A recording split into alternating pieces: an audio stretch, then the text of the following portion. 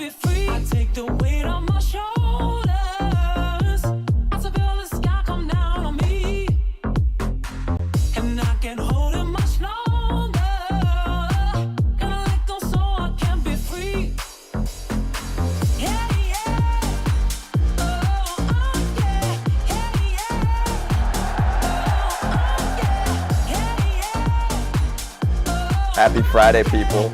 Last Friday of the regular season. Let's run it. FP Live, Braun, Kratz, Kuzinski, Danson, Ken Rosenthal in a little over 10 minutes. Talk to JayFish about some gaming and some legends in video game world in baseball.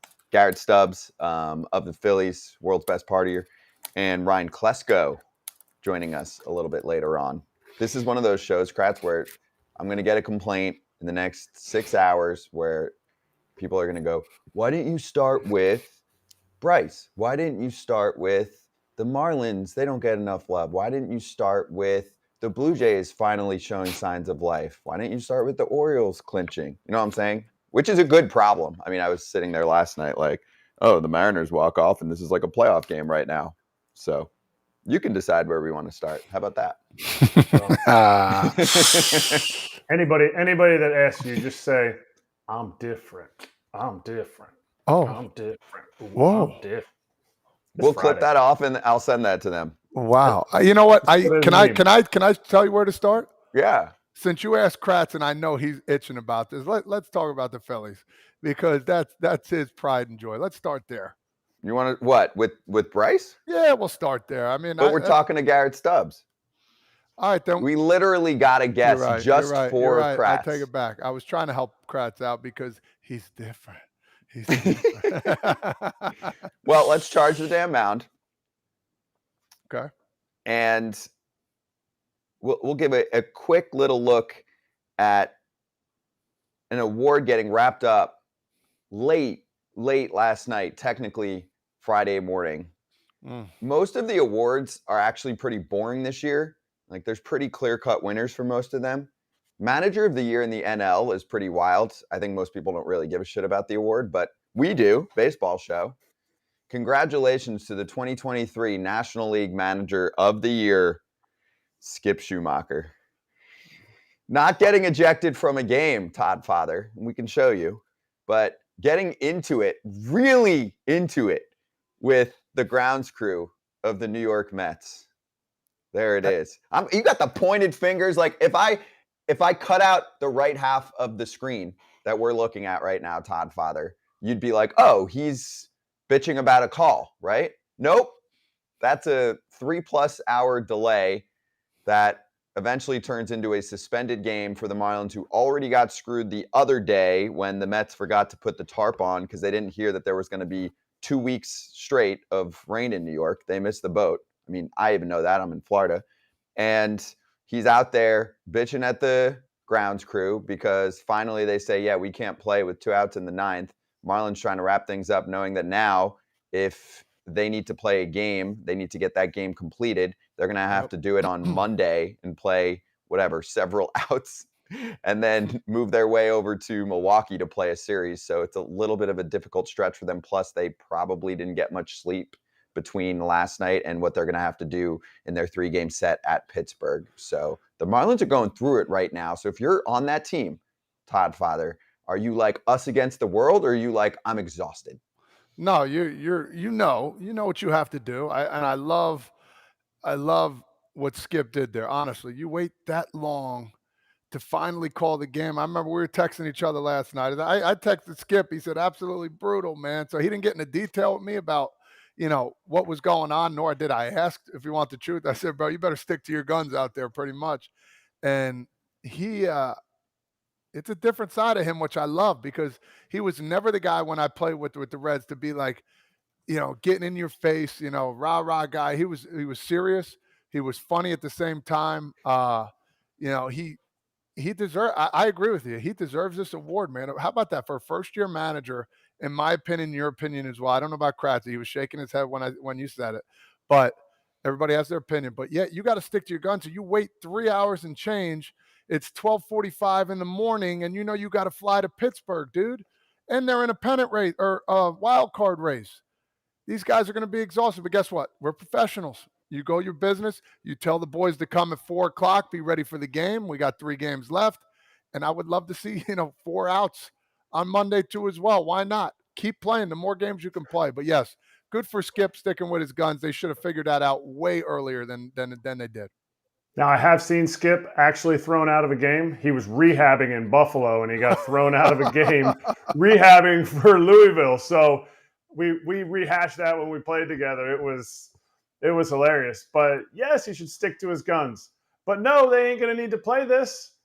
It is the inevitable. The Cubs are the storyline here because they are collapsing, whatever the word is that you want to use. They are they can't figure it out right now. And they have to go in and play their divisional opponent who is just chomping at the bit. Yes, they're not going to throw Freddie P or Big Woo because they're getting them ready for their series. But, there's nothing more than for Brewers fans to just point in the Cubs fans' faces and say, beat it, nerds. We beat you again. Because, and really the biggest thing here is not about what happened on the field, because you can see the woman in the video, Sue, she's technically Bill, the head groundskeeper's boss. And you could see she got more pissed because she kind of like, when Skip said what he said, he gave him one of these, and Bill was just like, yeah, I just took it. And she started, Alfonso Marquez had to hold her back. Like, Alfonso's like, no, she goes, oh, yeah? Oh, okay. So, I understand, Alfonso. I understand. Yeah, you're good. You're good. It's just the arrogance that I feel like they're standing there, but I also feel like the grounds crew is sitting there going, we screwed up. How many times can we say we screwed up? Yeah. We can't do anything about it. And there really is nothing you can do about it. And the whole picture, this picture, like, hey, we did it, guys. It's but Kratz, that's fault. My thing. Like, this is nofield.com. Okay? This is not their last home game. Wait, hold up. This is not their last home game. So it's not like, we're getting the whole crew together. And even if it was the case, you can wait a beat. Let the cameras and the whole thing clear out because you just went through hell over the past week. Don't give everyone an opportunity. Are they trolling them, taking a picture in front of the Marlins dugout? No, that I know. But Todd Father, I'll text. I know a couple people there that can probably give me a legit answer. Like, what was the reason to take a picture soon after that game gets postponed? Like, guys, this is a moment we're never going to forget. Foul Territory is going to lead off their show at the end of the regular season, talking about our week. Picture? Yeah, I honestly think maybe the cameraman was like, hey, listen, get together, man. This is a good picture in the rain. Because not everybody was in there. You saw a couple guys just standing there like, hurry up, get a picture. I'm about to leave. I got a steak dinner in 20 minutes. You know what I mean? I don't know. What is it, team picture day for the grounds crew at 1 a.m. at Citi Field? No, no. My thing, Buck, in his post-game press conference, Buck Showalter said, Bill, he's like, Buck stands there. He's like this. He's like, yeah. He goes, Bill is one of the best in the business, best I've been around. Like, of course, like he's comparing all the groundskeepers. He goes, exactly what he said was going to happen is what happened. So my answer to that would be, why the heck are we staying around? We still have games that we have to go play. And then he's important games. We have concern. We really have concern for what the Marlins are trying to do. We're trying to win games too. Your impressions are great, Kratz, but I actually have Buck Showalter. This is a legit show. You want me to run it? Go ahead. Okay. Well, they were hoping, and once again, it closed in. Everything that Bill told us was going to happened exactly. He's really good, as good as I've been around. And everybody's trying to do what they can do to satisfy. We have, we're trying to win a game, and, we have sympathy for what they're trying to accomplish, too. But,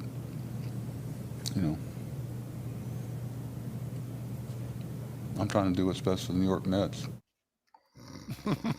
Also, Buck, that's bullshit. You're trying to accomplish the same thing as the Marlins. You can't. You're mathematically eliminated from the postseason. Sure, you're trying to play the game. I get that. But it's not as important, right? Like the other day where they should have said, we're calling the game at 8. No, we should call the game at midnight if it's 4 more hours. And we can't figure out bringing out cups and taking every last bit of water out of this damn field. The Marlins trolling them on their bio on Twitter, they switched it to "We have a roof at Lone Depot Park," which is my thing too, is for all of the public money that all of these ballparks take, the fact that the billionaires don't have a roof, this all could be solved so easily in modern times. I get it. It's expensive.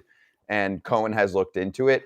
In hindsight, of course, he wasn't the one who built the ballpark, but at the same time, that is how we could solve these problems. Miami is a half game up on the Cubs because now you have that half game scenario again where they'll have to finish things off Monday. They do have a 1-run lead. They came back late too. It was a nice little comeback for them after the Mets got a late run and they were down 1-0 heading into the ninth, took a 2-1 lead. So the Cubs are still on the outside looking in if both teams win out because of the tiebreaker, but this weekend's going to be lit.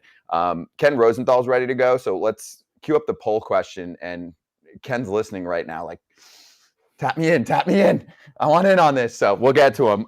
Your poll question, who would you want managing your team? Because we'll continue the manager carousel. We could have some people fired. Not the people I'm talking about, but maybe Bob Melvin, Dusty Baker, Bruce Bochy, Craig Counsell, Dave Roberts. Pick from that, watchstadium.com/foul territory. There's Ken. He's back in a sec.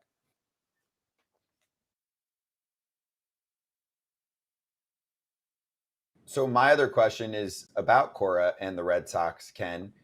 I know you hinted at the fact that some people told you Alex could have been more supportive of Chaim Bloom. Can you elaborate on anything that you heard there verbally? Like, I mean, I remember seeing a couple times during the season quotes from him, like, you know, kind of working with what we've got situation. Is that what you're referring to, or was there more? Well, what I said was that there were friends of his in the game who believed that Cora was not as supportive as he should have been, just as you mentioned, Scott. And quotes like that certainly can be taken in that light. When they had the situation where Chaim Bloom mentioned the Red Sox were underdogs, and then suddenly Cora and the rest of the players were in underdog T-shirts, that was perceived by some to be a jab. But what these people were talking about was more behind-the-scenes stuff that they weren't necessarily privy to and didn't want to share, but they felt that Chaim essentially got a raw deal. Now, the other side of this, and we've all talked about this and written about it, is that Chaim Bloom did have some deficiencies, and there were some things that didn't go so well. The deadline, for instance, I believe Kenley Jansen told Rob Bradford 2 days ago that if they had gotten starting pitching, they would have been fine with going forward. They would have been a playoff team. I don't know if I believe that, but the players, the fact that they did not get more support at the deadline for their quest and Alex Cora's quest, that obviously bothered them. So there's two sides to this, but at the same time, there definitely is a feeling among Bloom's friends that Alex Cora was not as supportive as he could have been. That's the best way I can put it. Okay. And now back to foul territory.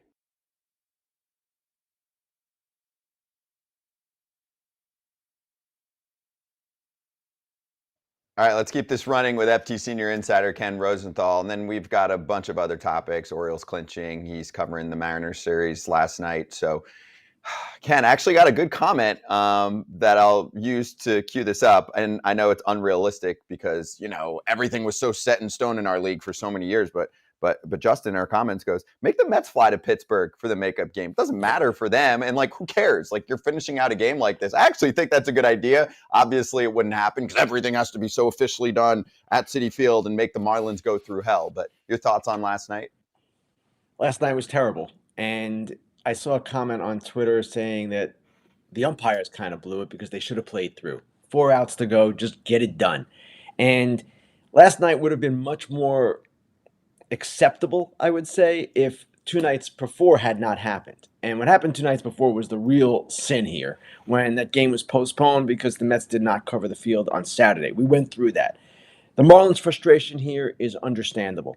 They are already fighting long odds. They're without Sandy Alcantara. They're without Yuri Perez. They have one of the worst 5 offenses in the major leagues, and yet here they are, competing for a playoff berth, and good for them. So to have these obstacles placed in their way on top of everything else, you do have to have some sympathy for them. And I know Steve Cohen apologized for the previous incident. There's no need to apologize for last night, but at the same time, you can see why the Marlins were frustrated. You can see why, ultimately, if this comes down to Monday, they're going to be really in a bad place in their heads. Let me ask you this, Ken. We were talking about this earlier, where Scotty brought this up earlier about NL Manager of the Year. Do you think Skip Schumaker, whether he makes the playoffs or not, will be that NL Manager, or does he have to make the playoffs for him to secure this? I don't know, Todd. It's a good question, and he certainly is a leading candidate. And usually with these awards, and I know I always refer to the story that I experienced earlier in my career. John Mozeliak, president of baseball operations for the Cardinals, said, "Manager of the Year, that's what you guys, the writers, that's us guys, determine at the start of the season which team has the longest odds of making the postseason, and then the team that defies the odds, the team that does something that you guys didn't think was possible, that gets the Manager of the Year." And there's some truth to what he's saying there, that we set the expectations as writers, and then we vote on the people who defy all of our great logic. So by that standard, Skip Schumaker should be Manager of the Year, yes. But I would say Craig Counsell deserves a lot of support. And you know what, too? Dave Roberts doesn't get much respect in these kinds of awards often because his teams are so talented. But given what he has had to navigate this year with his pitching staff, he too deserves mention. And how can you not talk about Brian Snitker and the job he's done with the Braves? So, Todd, there are a lot of really good candidates this year. But if the Marlins get in, yes, I would say Skip Schumaker should be the front runner. Nice. There's a Counsell. Dude, the Marlins. Counsell's great too. Yeah, Counsell's great. The Marlins offense is not good. Now pitching, man, they're going through a lot. Bless you for whoever that was. All right, so Ken was covering the awesome Mariners-Rangers game last night. I was hooked. I watched that one just about from start to finish, and J.P. Crawford saves the day. They almost got screwed at the end, or really to themselves. Ninth inning, Chapman doesn't have it, bases loaded, then 2 quick outs, and you're like, are the Mariners about to blow their season right here? JP saves the day. And before we get your thoughts, I just thought, his finishing line to the world was just perfect for some Friday motivation. It was, Scott, but I prefer. this one. Hold up. Let's fucking go! Celebration taking over here. Emotions taking over here. JP's like, hold up, Ken. I got something for you. And then actually on the Mariners broadcast, it went right to their post-game show, and they're like, we have to apologize. JP had a moment. I'm like, what did you talk to JP? I don't think he cares at all. He just showed his emotion. Well, you have the FCC, Scott. You know about that. They're not covering foul territory necessarily. But that was a great moment. And it was kind of an interesting game. Well, it was a very interesting game. But in the way it turned out also, you have the Rangers bullpen, which has been their season-long issue. You have the Mariners with runners in scoring position. They were 0 for 8 when Crawford came to bat. That has been their issue in September. They're about 210 with runners in scoring position in September, batting average. So it was like the movable object and the resistible force. There's JP getting doused. And he is a guy that Scott Service says is their MVP. And think about that. He's saying that knowing Julio Rodriguez is their superstar, but it's Crawford's leadership, it's his work ethic, all of the things that he brings that led Scott Service as their manager to say that. And his performance with the bases loaded this season, JP Crawford's, is incredible. He is 10 for 15 now with the bases loaded, 22 RBIs. Rodriguez said after the game, I knew he was going to do something. It's just what he does. And the Mariners, basically, if they had lost that game, they're 2 out with 3 to play. They're essentially done. Now things get a little bit interesting. They win tonight. Okay, they're still going. And the Astros have to play in Arizona, with Arizona needing to win one more game to get in. So it's not over yet for the Mariners, and maybe they have some more magic in store in this next couple of games here against Texas.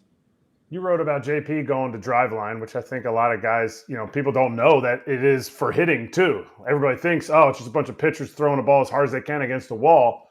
But do you feel like him going to driveline helped him go 10 for 15 with runners in scoring position, or the fact that he has a contract security playing on this year and he can play in those situations for the organization? Actually, Eric, I don't know that either one of those things could be credited for going 10 for 15 with the bases loaded.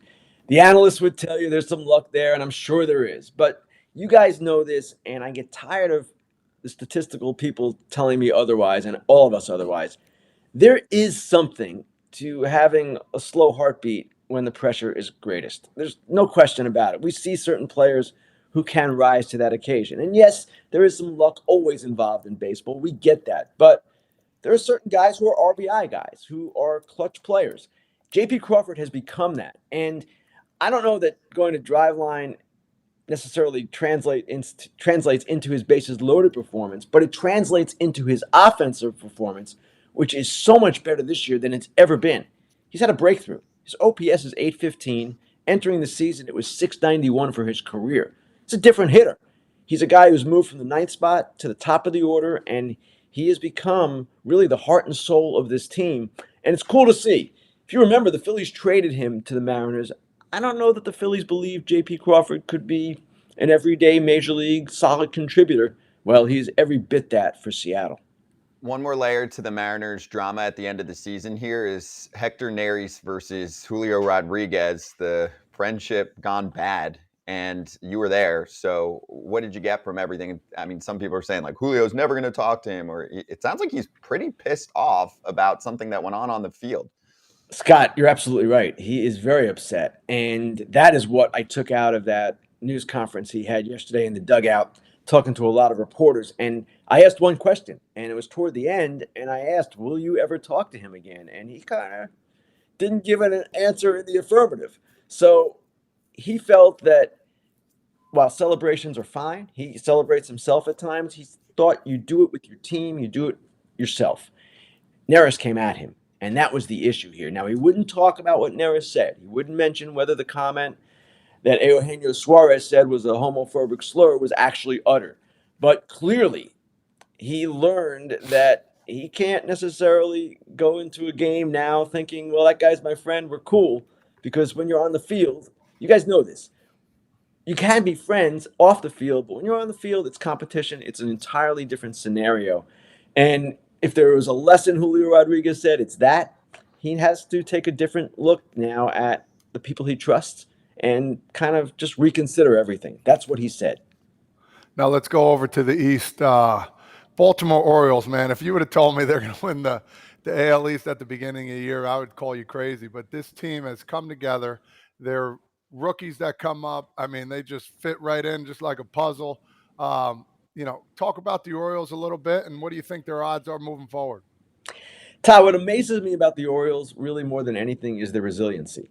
And they haven't lost a series, right? That's the record that they have, or this streak that they have of just not losing several games in a row. It's incredible because they seem to find ways to win games. You look at their roster, even now, as talented as it is, you look at their pitching staff, as good as it has performed, as well as it has performed, and you don't necessarily see a championship team, but they win. And that is the story of the Orioles season. It is the reason why they have the best record in the American League, why they are the American League East champions. I don't know how they're going to fare in the postseason. I think we talked about this yesterday. I see it as wide open. I think every American League contender has its flaws. And the Orioles, without Bautista, it's not the same bullpen. But Kyle Bradish and Grayson Rodriguez have been two of the best starters in baseball in the second half. Their offense is resourceful. They get enough. Henderson is a star. Rushman is a star. So I don't rule anything out with them. And they're probably going to get Tampa Bay or Toronto in the first series. That's not going to be an easy series for them. But I can see them running it all the way. Really, I can. At least to the World Series. Did you know before it was written last night that the Orioles won the exact same number of division titles in the last 9 years as the Yankees? I did not know that. And if you think about it, okay, it makes sense because they had a good run under Showalter for a few years there. But it's quite a statement in general. And when you look at the AL East, and to think that the Orioles and Rays, for the first time, are finishing 1-2. It's never happened before. And the Yankees and Red Sox are out of the playoffs. The Astros look like they're going to make it, but they could be out too. It's a changing of the guard to some degree in the American League. Obviously, Tampa Bay has been there, but we see Minnesota now emerging as a team that I believe is going to end their 18-game postseason losing streak.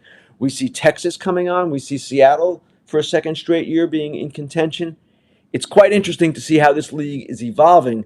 And in time, if the White Sox ever wake up, if the Tigers get it going, you're going to see some other things as well. Ken, last night was bittersweet for me when I'm watching the Orioles situation because they're young, they're exciting, they're fun. I love Camden Yards. I think that fan base, has suffered through a lot, and that's the problem. Do you think that owners are going to look at, I believe it's the last place payroll for the Orioles, and what was it, 6 years of tanking, and say, well, I can do that. It's a copycat league, and that goes for owners too, right? Every owner wants the battery in Atlanta, and we're seeing that kind of pop up, including in St. Petersburg, in the state I'm in right now. Are clubs going to look, owners, especially mid-market, lower market, and say, let's do that again? That was cool. That was trendy with the Astros and the Cubs and some of those teams. Then it felt a little bit out of favor. And they're like, look at the Orioles. They're the talk of the town. They're going to make a ton of money. I think it's bad for baseball. I don't disagree, Scott, and I haven't disagreed on that point ever. Obviously, the tanking situations that occurred were not healthy for the game. Now, keep in mind, the CBA, the new one, has some built-in safeguards against what the Orioles did. There is a draft lottery now, so you can't simply dive to the bottom and get the number one pick. You still will be in the top 5, 7, whatever it's going to be, but you can't have that same assurance. So teams have taken this course. They will continue to take this course unless stronger measures are enforced. Maybe they can't do it to the same extent, but that's the way the game has been for a while now. And it was a huge problem, a huge point of contention in the last CBA negotiations. They got to where they did. They did some things that will help, the lottery being foremost among them. But at the same time, could they do more? I have felt that they could do more, yes. Okay, let me talk about two pretty much legends, Adam Wainwright and Miguel Cabrera. These two guys are in their final weekend of playing baseball. It's crazy. Where do you start, where you go in the middle, and how you finish. Waino gets 200 wins. I think, to me, it solidifies a Hall of Famer. And then Miggy, as we know, is going to be a first ballot, man. Talk about these two and how they impacted baseball. Adam Wainwright, of course, his career began with his famous strikeout of Carlos Beltran, 2006 NLCS, the signature curveball. We saw it then, and then he had a great career as a starter, of course. To get to 200, I know it meant a lot to him. It meant a lot to people in the sport who have a lot of respect for Adam Wainwright. He hasn't had the best year. If you look at his numbers, they're kind of ugly. I think the league has hit against him essentially the same as Freddie Freeman has hit for the season. So, all that said, he did get to 200. He got there with a brilliant performance against the contending team, the Milwaukee Brewers.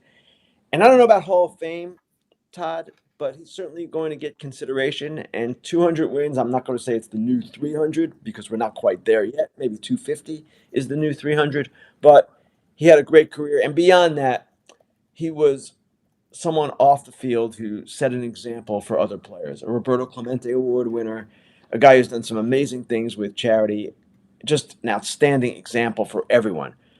Miggy Cabrera, I remember in the early 2000s going to the apartment of his late agent, Tom Rich, in Aventura, Florida, outside Miami. I don't know why I was there. Tom just invited me over. We were going to talk about something. And this kid was there. I believe he was 18, 19 years old, maybe at that point, baby-faced, and it was Miggy. And I've never forgotten that. And he grew into this amazing player. Of course, the 2003 World Series, he comes up with the Marlins, changes positions, has an amazing performance as a teenager.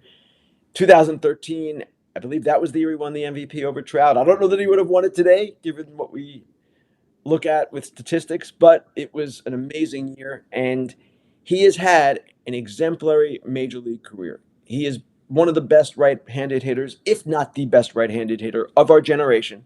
I would put Manny up there with him, but Manny has the taint. And even this year, he deserves a lot of credit for kind of accepting a secondary role, not giving his manager, A.J. Hinch, any problems with that. He was happy to be playing, happy to be enjoying his final season, and what a career he has had. The numbers just speak for themselves, and he will be a close to unanimous selection, I would think, for the Hall of Fame. That was going to be my question. Is he going to be unanimous? Because I agree with you. I think Waino might be, he's just close. He's close. He's a Hall of Fame person. But is it unanimous? And what does that mean to the player? But also, what does that mean to the writers who write in their ballots? I want to make sure he's not, so I'm going to make sure I leave one off. Everybody else will vote him in. I don't know that he will be unanimous. There's only been one, right? Mariano Rivera was the only unanimous selection to the Hall of Fame. There might be some people who look at Miggy's alcohol issues and some other things that have gone on and say, I'm not putting him on first ballot. I don't vote like that. Some people do. It's a free country. It's a free ballot. You're allowed to vote for whoever you want. And I always think, Eric, not to diminish your question, but the first ballot thing, that means something. That's a special category of Hall of Famer. Unanimous, all it takes is one voter, one cranky person to say, nah, I'm not voting for that guy. And does it really matter? I don't know that it matters. It was cool that Rivera got it, no question. But to me, when you're first ballot, that's what matters. That is the true indication of a special elite player. And obviously all Hall of Famers are, but it's the inner circle when you're a first ballot Hall of Famer. And Ken, lastly, I'll just throw a little over-under at you because we're not going to get into all the manager talk like we did yesterday. We'll have plenty of time for that. Over-under over the next week, 1.5 manager announcements. I would say firings, but you know how some teams will carefully craft their wording. 1.5, though. I feel like that could be a tough number over the next week based on what I've read from your article a couple days ago. What do you think? Well, first of all, Scott, I have to ask, is Terry Francona included in this? Because he is No. stepping down. All right, no. So you're asking 1.5 firing. Yeah, like, if the Astros miss out on the playoffs, Dusty, which you wrote about, Yes. Buck situation, Boone and Melvin. I don't know in the next week, 1.5, but I would say over the next month, yes, 1.5. And you know Over. what, guys? You said Over. Yes. Okay. And I say that because even though I wrote that a lot of these situations are kind of fluid and you don't really know what's going to happen, it always seems like stuff does happen. And stuff comes out of nowhere, too. The Mike Schilt firing a couple of years ago, no one expected that. And I'm not saying there's something brewing somewhere that we should look out for as a big surprise. If I knew that, it wouldn't be such a surprise. We'd write about it. But it seems to me that there is enough in play here where you could see some managerial changes. And that's what you're asking. Yes. 1.5 managerial changes, yes, over on that. Okay, perfect. Ken, have an awesome final regular season weekend, and we'll see you next week, including a Fresh Fair Territory playoff edition. Thanks, Scott. Thanks, guys. Thank you. See All ya. right, Ken Rosenthal, FT Senior Insider. JayFish going to join us next on some legends of the sport entering MLB 9 innings. Willie Mays, Stan Musial, Yogi Berra, Roger Clemens, Pedro Martinez. Who's your favorite?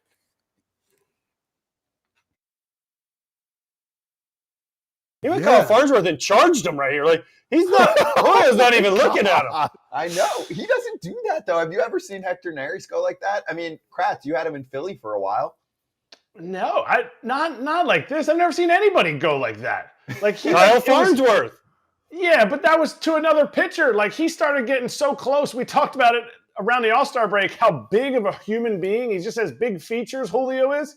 Hector got really close and he was like, oh, okay, I'm going to go this way. What the hell? It was like it was a really weird, like, he like walked up. I don't know what his mind was thinking. Somebody said on the thread last night he blacked out. I think so. Ted Barrett was on the game, and he's like, "Yeah, well, actually, I've never seen anything like this." And I'm like, "Oh my god!" Here, so Julio was not available post game to discuss it. Neris relayed through a Mariners spokesman that, quote, he didn't feel like there was any animosity between them, and that, quote, he was shocked that Houston's reliever shouted the expletives at him. I don't know. Video replays appear to show, this is another tweet here, homophobic slur in Spanish when he approached him. And Eugenio Suarez in the on-deck circle at the time confirmed to the Seattle Times that's what Neris said, this coming from Adam Jude. But What happened? the bigger issue is like he struck him out clearly through a split, big situation. Julio Rodriguez had an awful game last night. Oof. I mean, he had some four punches. huge strikeouts in big situations. First game ever hit into the double playoff Verlander, bases loaded, 1 out. So he had a rough series. But if you watch Julio, he strikes out. He doesn't look at him. He doesn't throw his helmet. He just like goes back. And then, I mean, Neris was going full like Conor McGregor on him. He's like, oh, here I come, big boy. And Julio still didn't do anything. So props to Julio, but I don't know. I like that it's not a big deal. You know, you're talking about like stuff on the field. You say things, people say things. It's bad. Unfortunately, if this was two American guys in English or two Latin guys, and it was in English, and we knew what word he said, Yep. this would be the first story we would have been talking about. And now back to foul territory.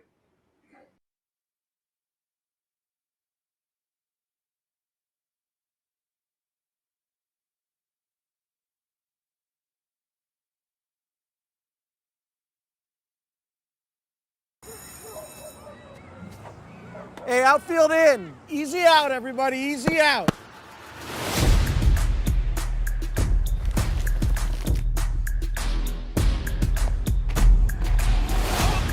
Like I said, easy out.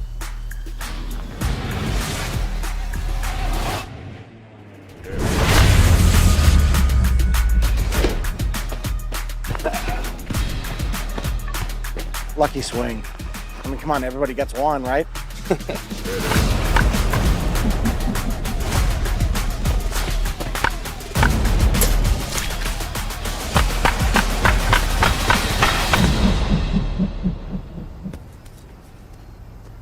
Come on, man.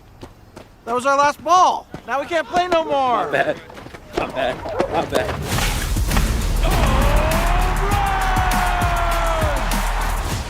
Want to play another 9 innings? Really want to lose again?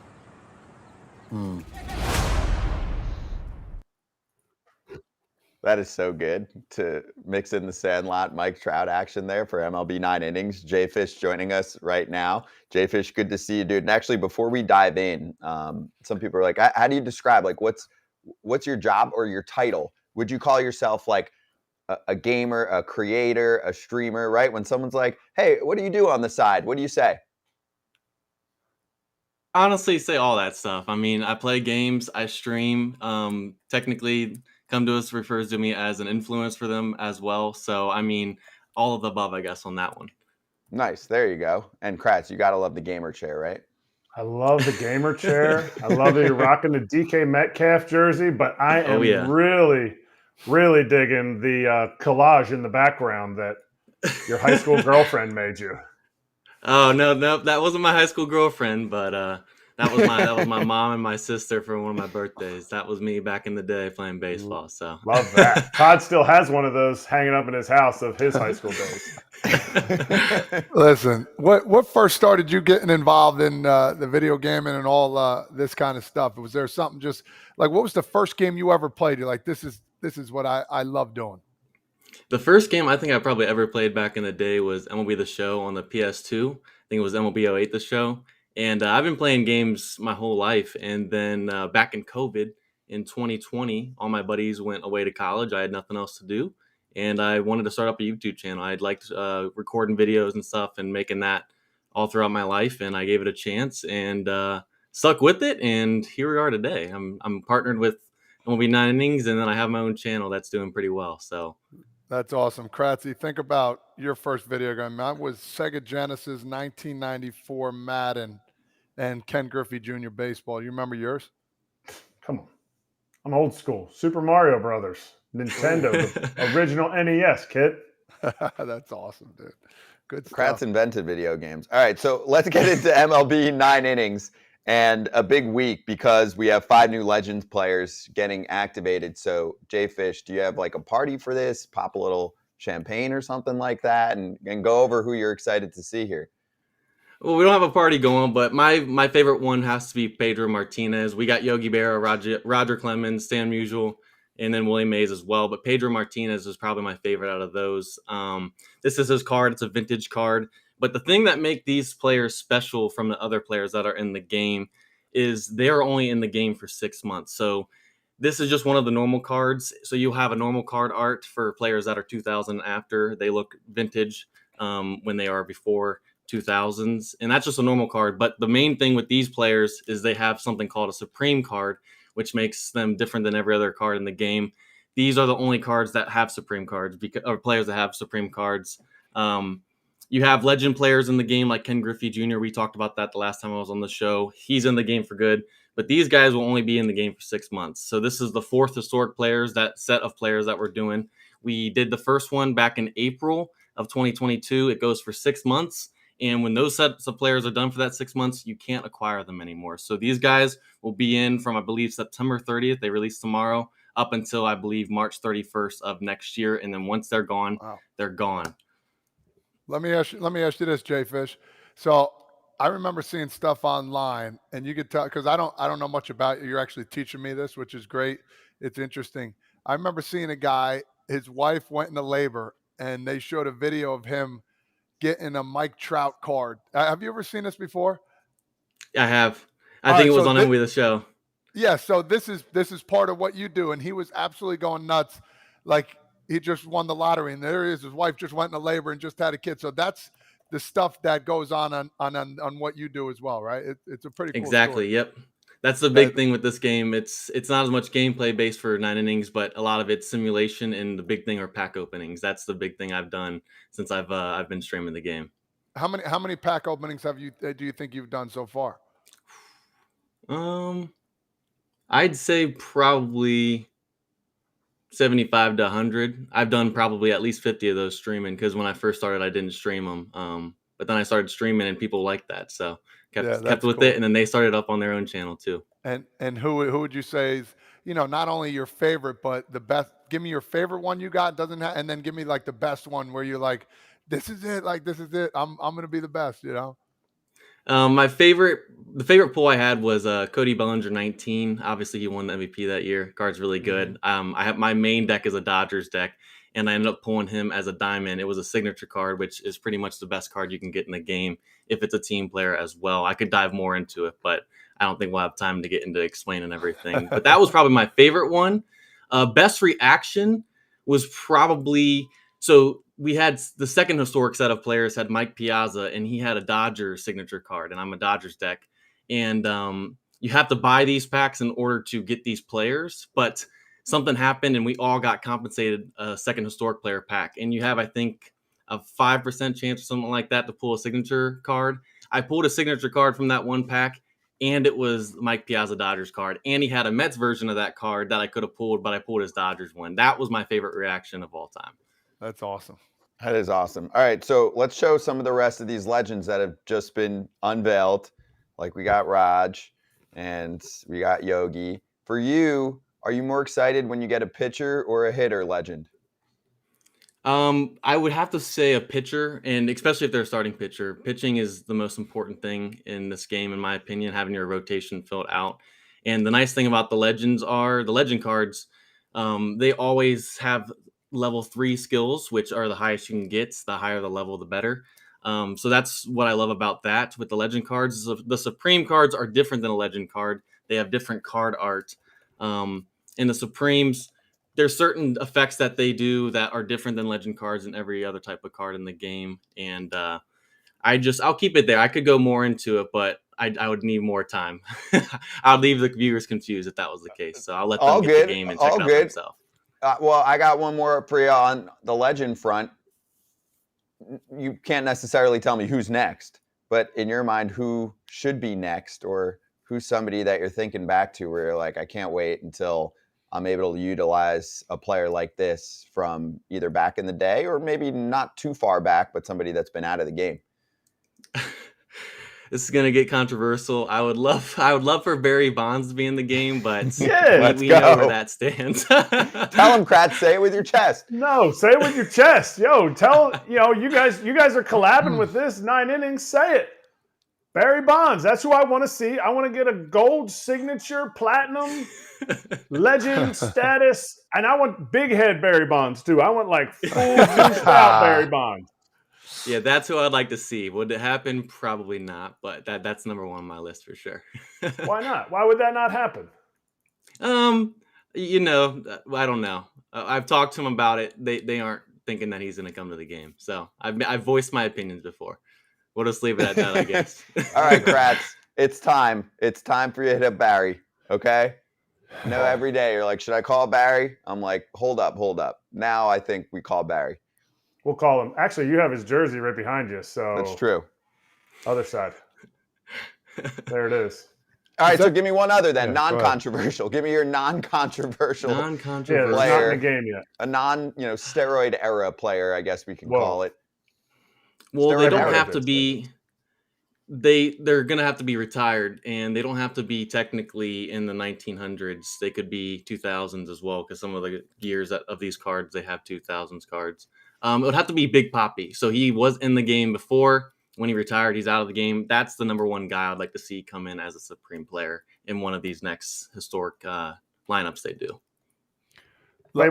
You said no Go ahead. steroids. Sorry, Ty. You said no steroids. You said Okay, Mike Piazza. he's okay. So technically, if we want to get down to it, yeah.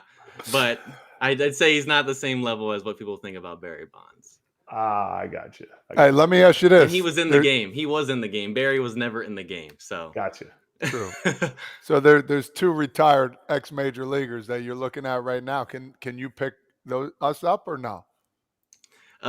We can't pick either of you guys up. We You used to just be able to don't have want you, to. It's Frazier. okay. I think You don't want I think to. we got to be able to get both of you back in the early days of the game, but you guys aren't in there anymore, sadly. We're not good enough, Eric. We did happen. I know I'm not. Maybe your 40 home run season might be like a silver elite card. Bummer. Not even silver. I'll take a bronzy or something. Yeah, bronze is fine. I need like a clubhouse attribute where, Kratzy's just off the charts and you add him and all of a sudden you're like, it's the same roster, but we're winning close games, right? It's like Everybody Padres goes up can't by a win point. close games. Yeah, and suddenly they're winning close games. And you're like, what is it? And they're like, oh, Kratz, he's just a clown in the clubhouse and he's telling everybody to, hit the ball the other way with 2 outs or whatever, get your sack flies in or do your team ball, all the late in nerdy games. things. Yeah, all that boring stuff, all that non-individualistic stuff. So, JayFish, great to talk to you. And here, hang for 1 sec. Let's show everyone that QR code for MLB 9 Innings 23. Scan it, download it. The game is free to download. As JayFish mentioned, Legends, City Connect unis, there's power rankings, and now you got the postseason coming up too. So download it with also the link in the description. We'll put that in there as well. Free to download. Check that out, MLB 9 Innings. JayFish, great to see you, man. And we'll catch you again in a couple weeks, okay? Sounds good. Thanks for having me. Cheers. Good Happy luck. postseason. Let's get our picks, our locks for the last regular season day that we'll give them. Next.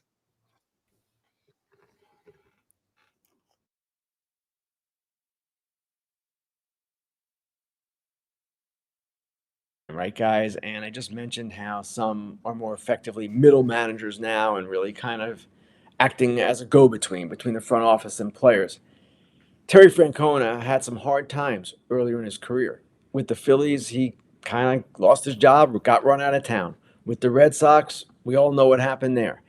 And in Cleveland, he found kind of a nirvana in his career. He loved working for Chris Antonetti and Mike Chernoff. They have and had a unique bond, a unique relationship in which they were honest with each other. They could go back and forth. And Francona felt he had the support from those two guys that he never really had to the same extent in other places. Maybe at times he had it, but not consistently. So he enjoyed being there. And just from a writer's perspective, a media perspective, he was one of the best people you could ever deal with. He was always understanding that you were going to ask questions, didn't always have to answer them or didn't always want to answer them, but he knew what we were doing, understood what we were doing, and also had this amazing sense of humor and just way with people that you see in his relationships with players, you see it in his relationships with media, his relationships with everyone. And I thought it was so telling last night to see the way the players reacted when he was getting that ovation, how they blocked the dugout to prevent him from getting out of there because he never wants attention on himself. And to see Jose Ramirez, their biggest star, leading the cheers. They've been together a long time, right? Ramirez and Francona, you would not necessarily expect, I don't know, a close relationship. He's a manager, he's a player.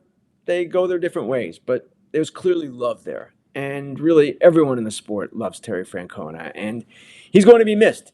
He's an original. He's a personality at a time when not a lot of managers have the same kind of personalities that they maybe once did. So Terry Francona definitely was one of the defining figures of this baseball era, and I look forward to seeing him inducted in Cooperstown someday. And now back to foul territory.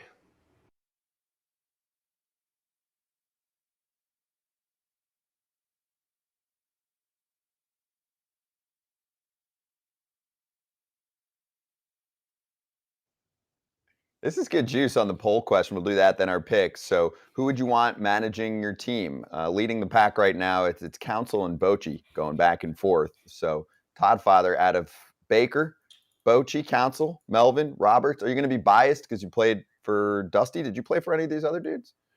No, I will stick with my guns, and that will be Dusty Baker for sure. You know, you get biased when you have a manager, unless you really didn't like him. But I really like Dusty. He's a player's manager, and I would ride with him to the end.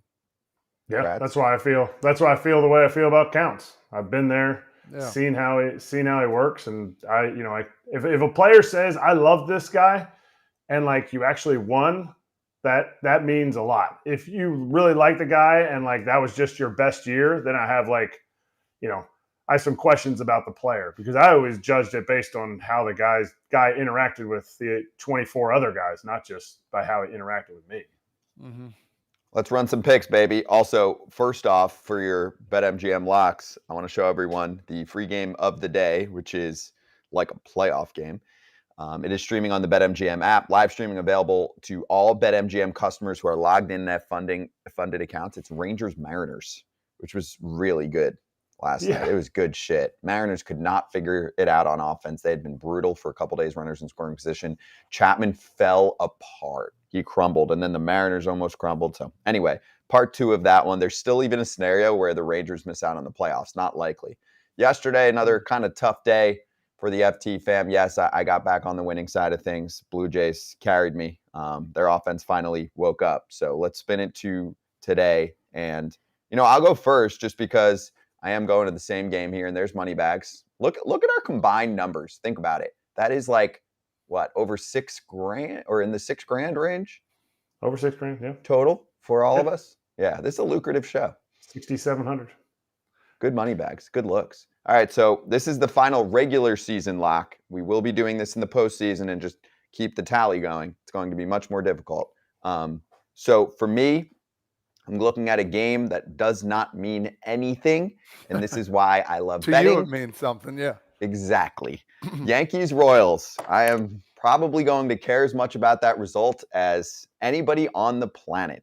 I mean, it's true.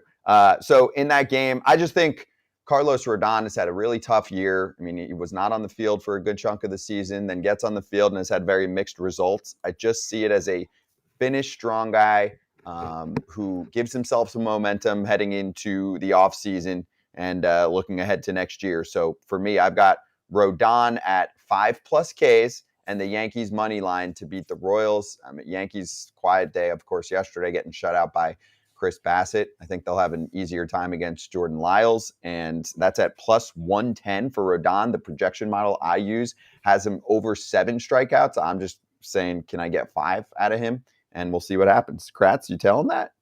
Oh, I'm definitely telling it today. Since it's the last regular season day, I'm putting together a parlay of all the boys on FT. So we better hit. We're not having any like gimmick ones. We're all just looking to hit today. Put a parlay together and see if the boys can really You won't cash. post it.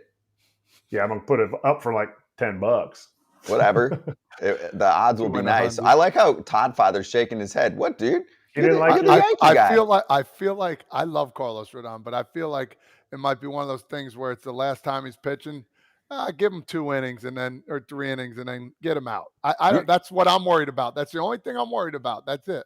You don't think he's looking for he's got a lot good to prove. 5 to 7 innings? Yeah, exactly. To finish off the year, you got the whole offseason. Hey, I could be a whole 180 wrong. Okay. But I feel like, hey, man, what do you want to do, Carlos? I don't. And Carlos would want to pitch, and I know he would. But you never know at the end of the year. That's why these bets are a little risque, if you know what I'm talking about. Now I'm really watching. But I'm changing mine, not to pick. It's the last regular season one of the year. I'm going double or nothing on this pick that I'm doing. Okay? Whoa. I am. I'm 23 and 22. I'm either going to break even at 500 or I'm not. And I'm going with my boy Skip Schumaker. I'm pissed. And the boys are going to have my back today.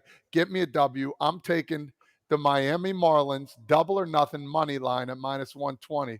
I'm risking it all. Let's go. Wow. Okay. So almost $1,000 on this one tonight.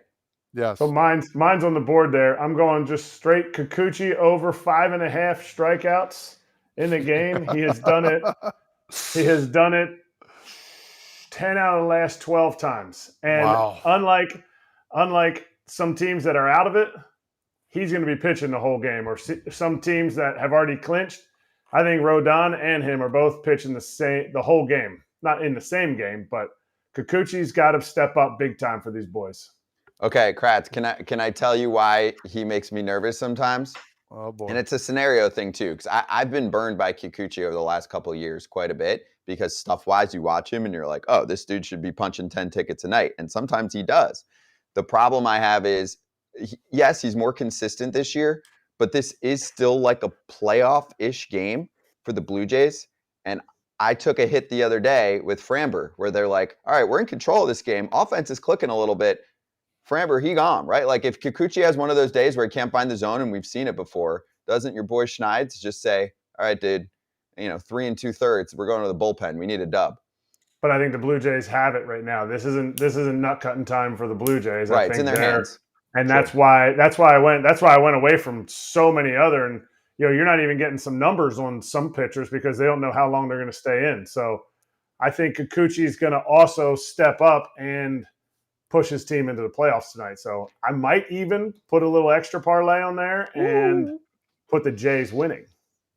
Hey, if you're new to BetMGM, FOUL is the bonus code for a $1,500 first bet offer. You sign up and deposit at least $10 into your new account, place your first wager, and receive up to $1,500 back in bonus bets if the bet loses. And if that bet does lose, your bonus bets will be available once your wager is settled. Gambling problem or concern, call 1-800-GAMBLER. Okay, so hour number 2. Yes, we are going to definitely cover right off the jump here, Bryce Harper versus Angel Hernandez. Angel Hernandez brings the world together. Everyone agrees on Angel Hernandez, and we will tell you why. We'll also be joined by a Philly and Garrett Stubbs and Ryan Klesko, former big leaguer, in hour 2.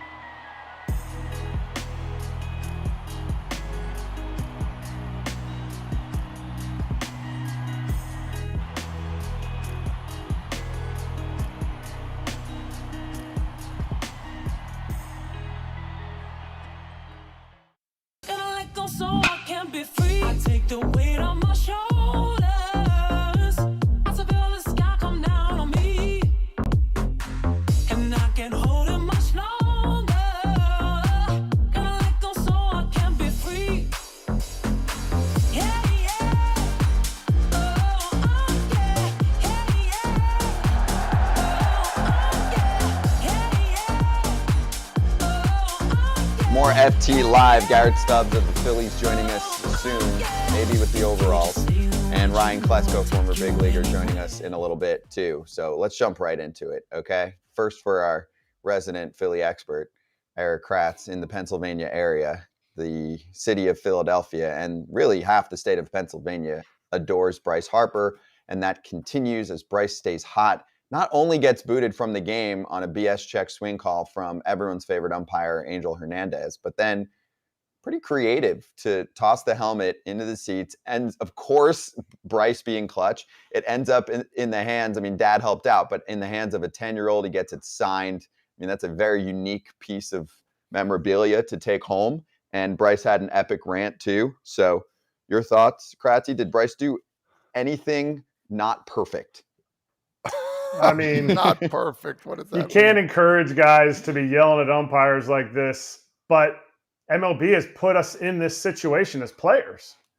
There's no repercussions. So a competitive player with a nice toss. I wish I would have had my helmet, but what a great like a great piece of memorabilia that kid has forever. But MLB's put us in this situation. Like, you can't encourage guys to yell at umpires and to do what he did.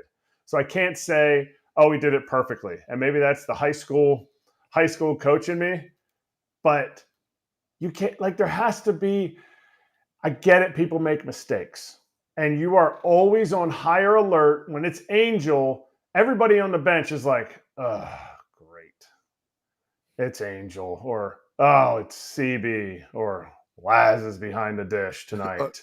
Spot on. Top 3 right there. Good call. And you sit there and you go, well, nobody said anything about Larry Vanover until he's done, with his game, and he's not calling pitches. It's like, to me, you have to take out of it when you're in the game, when you're starting the game, you have to take out of it who is out there, because you're automatically going to have borderline calls. And as soon as it doesn't go your way, oh, he's the worst. Statistically, Angel Hernandez not every year is the worst, but his face just makes me feel like he's the worst, because he always looks at you. He's like,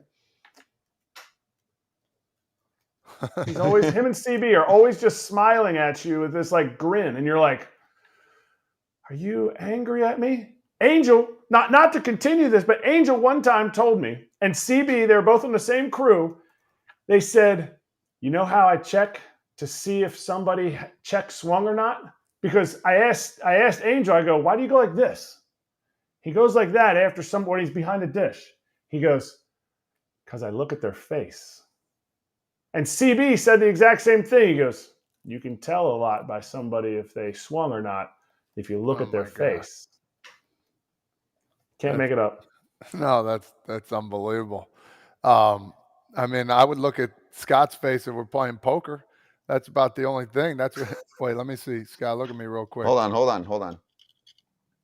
What you rocking the Shadies? I can't tell now. Shoot. Shadies do it all. Yeah, no, wait, Todd, ready? Hold on. Am I bluffing, or do I have the royal flush? Let me see real quick. Right now. Hold on. I'm gonna wait, real quick. I'm gonna tell Kratz. Oh, I can see in the a reflection. DM what I have. Hold on. There is a reflection there, yeah. That's good though. That's good. But there's no way you can. There's no way you can check. No. Hold on. So, Todd, royal flush or nothing, and you've got hold pair on. of aces. All right, don't say nothing. All right, you could keep talking. Let me see. Royal flush. I'm out.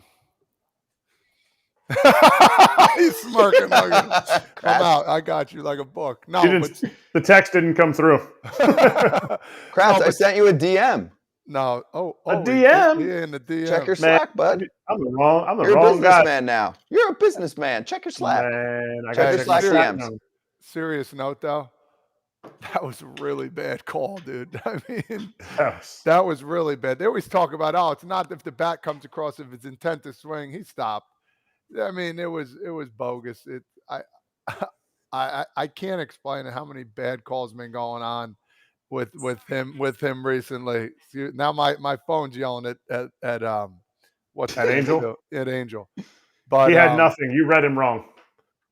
It was Scott didn't have a royal flush. He had nothing. Oh damn, my bad. Bluffing. I need to work a little more. But yes, it's tough, and they need to figure some stuff out with a couple umpires. I love the human element. I've always said that, but they do need to figure out some stuff with the umpires. All right, well, let's bring in one of his teammates, Garrett Stubbs of the Philadelphia Phillies, who had a night a few nights ago. We'll get into it. Garrett, what's going on, dude? And look at that. You've actually got a nice day off today now, don't you? Yeah, we got Frazier. We got the same background. Yeah, look at that. Mine's just not as lit up as yours. Let me block this one. Hold on. I'm trying. Yeah, there we go. Now Perfect. Got a good thing going right here. Yeah. Wait, are you at the ballpark, Garrett? Yeah, we're at the stadium. I mean, Didn't they tell you it got banged? You guys, yeah, I got banged. Hey, grinders, man, we got to be here to make sure we get some stuff in. Come on now. He's coming on the show just for us, and everybody's waiting on the bus. Appreciate it, dog. Yeah. Hey, I'll be at 15 minutes. So go ahead, Scott. I just wanted to carry the convo into this. Yeah. I mean, we got to get your thoughts on on Bryce yesterday, and how you personally also like deal with umpires when there's bad calls, because it's tough for you guys. Yeah. I mean, first off, have you ever seen somebody's batting helmet get launched into the stands like that? Wow. That was incredible. I think as soon as he launched it, and obviously we could joke about it a little bit at the time because these games right here, we're already in the playoffs. We already hold our spot, but it sucks, man. It sucks watching the guys at bat get taken from him like that. He grinds out a walk right there, and obviously frustrated. None of us, I was going to give crap to Delay for even checking the swing from the dugout because I thought there was absolutely no way he went around. And of course, Angel's down there and bangs him on it. And you guys know, going through an at bat like that, you work your tail off to get to a 3-2 count and then spit on a pitch like that and get to first base. So for somebody to take it away from you, it sucks. What is Dusty doing down there? Dusty's like looking at Harper like, and he didn't even get in between them. Is Dusty looking to get Harper an extra fine for he's got to at least stand in between them? Dusty saw Top coming from behind and figured Top was going to get there, but Top was a little slow yesterday, like most of us, and didn't get there quite in time. And then Dusty tries to shoot in there at the end, but also wanted Harp to be able to give him his fair share of thoughts because, it's not the first time that's happened to one of the players on our team. We had a pretty good moment last year with Schwarber getting tossed by Angel. So I think he let him go all the way down there and make sure he could give it to him. Yeah, we were talking about Dusty Watham, your third base coach. I used just his first name. I shouldn't have, and Topper, who's Top. Yeah. Rob Thompson, he's the manager coming out, and you said he was a little slow, like a little banged up. Who was the worst? Because you weren't the worst coming into the game after the celebration because you hit a dinger. Who was like, whoa? Like you looked at it and what was the guy's name on the thread for Team Israel? Shmoley? Oh, Shlomo. Legend. Yeah, Legend. Shlomo. Who partied like Shlomo after you guys celebrated? So Marshy came in pretty banged up afterwards. I mean, we all celebrated as hard as we could. It's fun, man. Making playoffs is no joke. It's an incredible accomplishment. So when it does happen, yeah, that's a good video right there. You got to celebrate. You got to enjoy all the hard work you put in throughout the year and celebrate. I told some of my buddies, I mean, if you didn't play hangover games in the minor leagues, then you weren't doing it right. So I had plenty of minor league hangover games to prep for the other day, and it ended up all right for me. Hey, how did it feel finally getting your first home run out of the way of the season there? I mean, listen, it had to be kind of a relief. I'm sure you're getting ragged on by a couple of players now. Yeah, we mess around about it, and I'm not a home run guy to begin with, but everyone wants to hit a homer, at least have a number there in the home run column. So for it to come the day after we celebrate like that, I said champagne and tequila is the only PED I need. So I was messing around with everybody about it. That's awesome, man. Now, let me ask you this. How you embrace the backup role here, man, with JT Realmuto. You guys have been the fastest duo, with pop time and everything else. I mean, you guys piggyback off each other. I know JT's the man over there, but at the same time, you need a backup guy to be just as good and understand his role, and I commend you for that. I appreciate it. Yeah, I mean, JT makes it easy, man. Like you said, he's an unbelievable dude. It's fun to work with him every single day and getting to watch his craft every day. I mean, if nobody's watched JT Realmuto play catcher, it's a sight and it's fun to watch.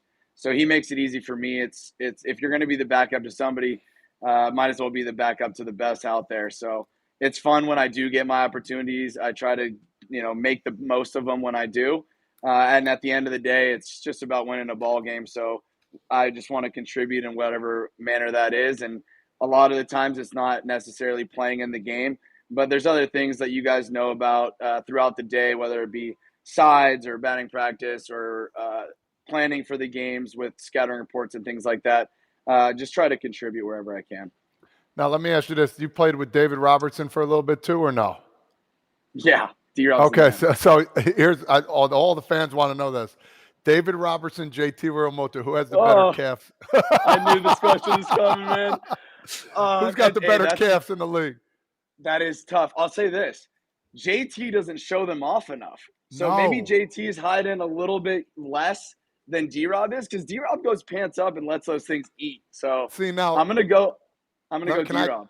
Can I explain? I was going to go D-Rob too, because what makes his calves bigger is his skinny ankle. So now as it goes bigger, it looks like, a turkey leg or whatever you call him, So yeah. But D-Rob, he's always explained to me, he said, listen, he's got better calves than me, but I never see him. So I can't say. See, that's my point. Whether it's true or not, D-Rob at least goes out there and lets the calves eat. He lets that, like you're talking about, the little ankle to the shelf at the bottom of the calf right there. Yes. Yeah. No, those calves have seen a lot of showtime. Oof. Some of the best you'll ever see. No. What? No. What? JT has the best calves. There's nothing that the only thing that JT is not perfect at is being a backup catcher, and that's okay because he has my spirit animal in Garrett Stubbs as his backup catcher. JT wins whatever it is. Body contest? Yes. Only Skip Schumaker is more handsome than JT Realmuto. Hey, that's some good catcher on catcher love right there. I kind of went out of the catcher on catcher love box that we're supposed to stay in and went with D-Rob. The pitchers are kind of in the same boat with us, but they just don't grind as hard. So they're not. I respect that, Kratzy. I respect it. Yeah. Also, I'm serious. Oh, go ahead, Kratz. Oh, no, I was just going to say, are you the only one that's still rocking the overalls from the road trip that you guys wore them on? Or is there other guys and you just are more of a red light kind of guy? Every time the camera's red light turns on, you're in front of it. Most of the guys don't wear them, but you see like an Alvarado pop up. Dude, Alvarado looks hilarious in those things. That is a big human being wearing some overalls. But I was wearing them after wins, and then everyone liked them, so we ended up wearing them on the road trip. But I still wear them after the wins, and we do like little mini beer showers after every regular season win. We celebrate all wins, man. I think winning in the show is really hard to do, and every time you get a W in the win column, I think it's worth celebrating. Just wanted to sneak this in there before we go on. JT Realmuto could be my quarterback on the Jets.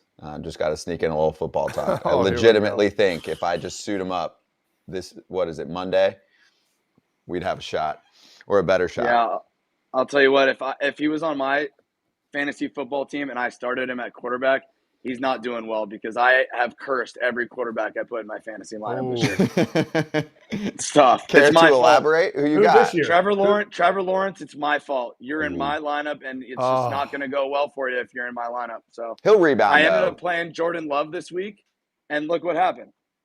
Not so done. good. So Trevor Lawrence is probably going to go off for 30 points on my bench this week. So have fun, buddy. Oh, was that a high draft pick? Did you draft him too high? Did you reach? No, I took him. I took Jordan Love off waivers. Paid for him. But are you talking about Lawrence? Yeah. Yeah. Oh, I did draft Lawrence. Yeah, not that high. I want to say the seventh, eighth, mid-round, seventh. Okay. Yeah. Question. I'm sure you've been asked about this a million times because our guys were kicking it around the other day. I know at one point everyone's like, "New year, new song, Dancing on My Own's gone." Now it's back. Also, even our production staff, they were like, what do they like about it? Like, what stood out to everyone?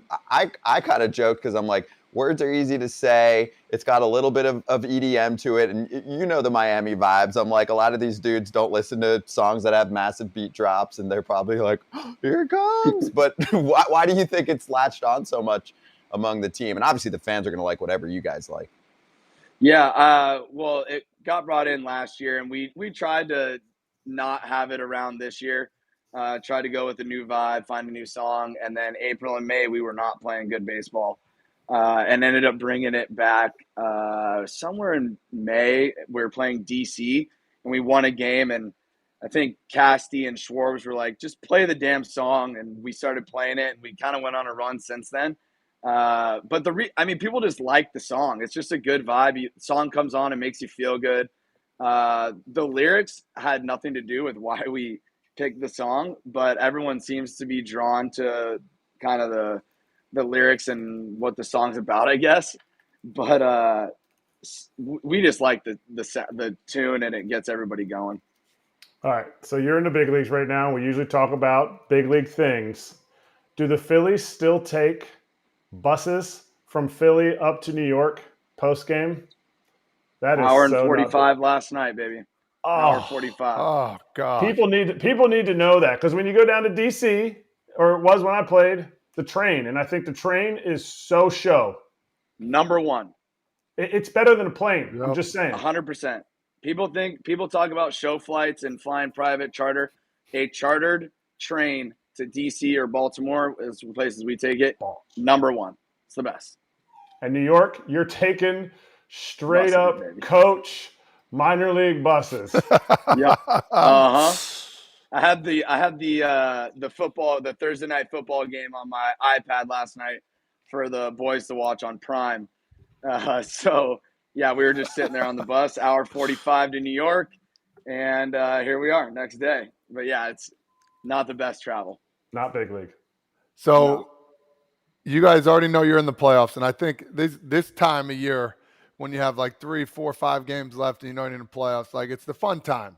You're not really worried about stats. Well, some people are. You know, Dusty Baker always said, you know, average your stats up. You have 39 homers, try and get to 40 RBIs. Like, this is the fun time of year. Okay, whether you get it or not, whatever. You know you're in the playoffs, you're ready to rock. What is the vibe going to be like come day one, the playoffs? I mean, you guys are getting the itch a little bit. It's starting to get a little colder. You know, maybe some sleeves coming on. This is like the itchy time for me, the exciting time. And I know you guys will be ready, man, because everybody talks about, you know, the Braves this year.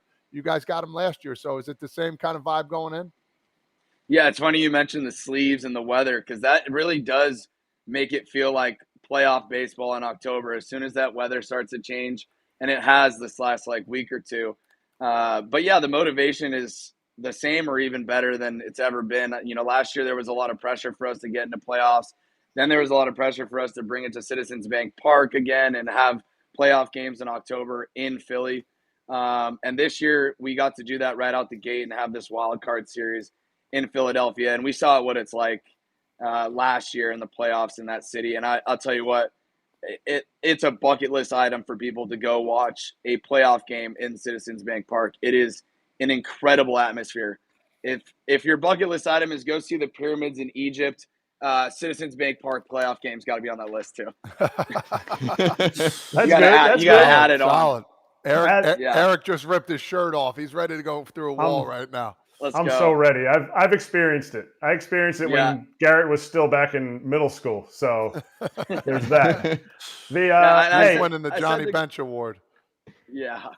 I said to the guys too the other day, because these games, like you said, they don't matter. But winning's a whole lot better than losing. So the other day, you know, we come in after the big celebrations and we win the game the next day, and then the following day we lose by 1 run. But so we're still trying to win ball games, and like you said, there's some people that have some stats that they're searching for. I think we have 3 guys with 50 extra base hits, and I think Stotter's 2 away from 50. So it'd be cool to see 4 guys with 50 extra base hits on the same team.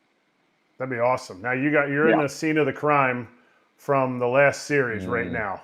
Put yourself in the Marlins uniform, which I think you would look really good in the throwback teal ones, not the new ones. Maybe a City Connect, but put yourself in that uniform.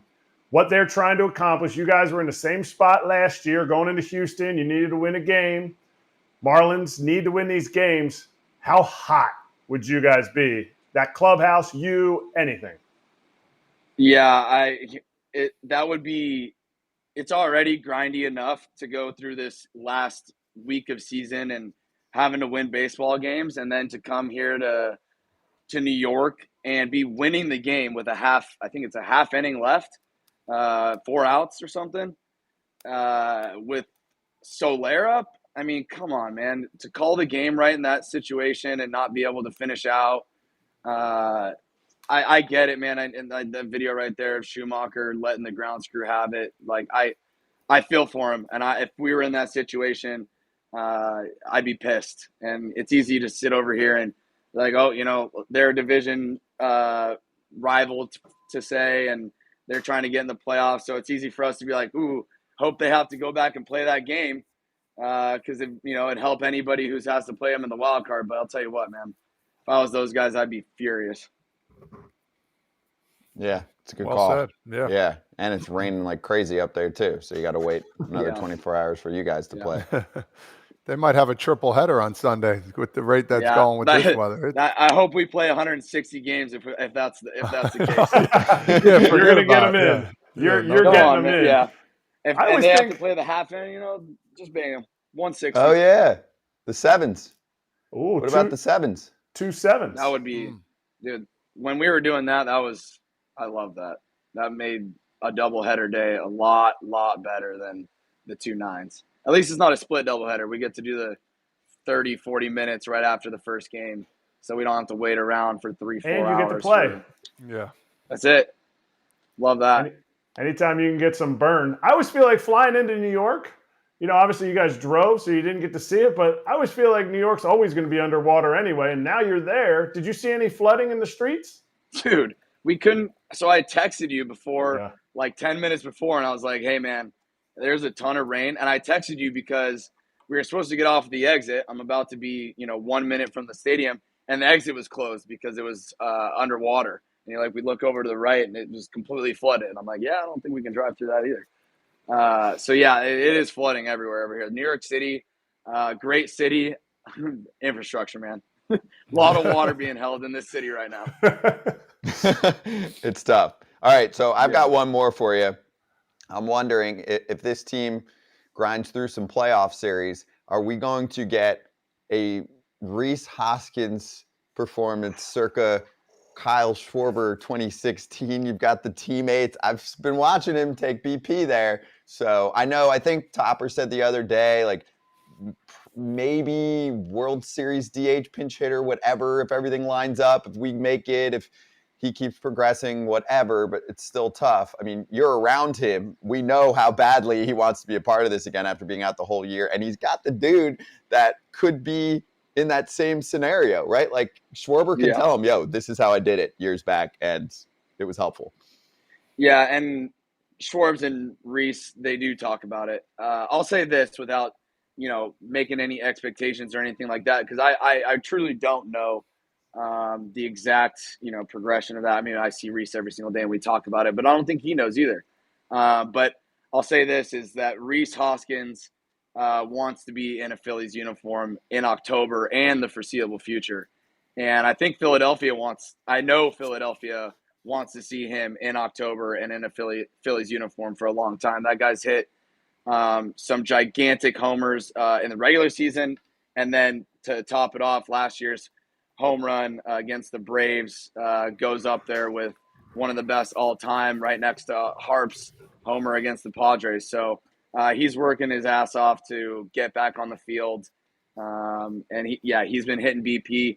And I told him the other day he was hitting BP, and it was loud in the cages, man. Loud with that guy hitting balls. I'm like, Peacer, you have half a knee, and you are hitting the ball harder than I ever can with both ass cheeks into it. So that he looks great, and I know he's working as hard as he can to get back. Your beard game is way better than his. So I saw what he's rocking right now. Your little caterpillar you got on your lip is way better than his. So just a little something. It's just a little something, October's coming around. Let it go a little bit. Hey, you got traded over to the Phillies. You know the guy's name that you got traded over for? Logan Cerny. Do you ever look up his stats? Because I never looked up stats of guys I got traded for, because normally it was like, a box of balls or like somebody. I'm like, oh man, they traded me for him. Does that washing machine still work? Yeah, that the Iron Mike. Yeah, I get it. I haven't looked up how he's doing.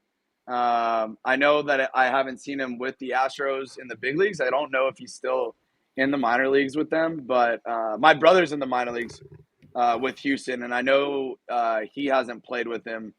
And my brother was in AA this year, and I check his box score every night. So, I'm not sure where he's at.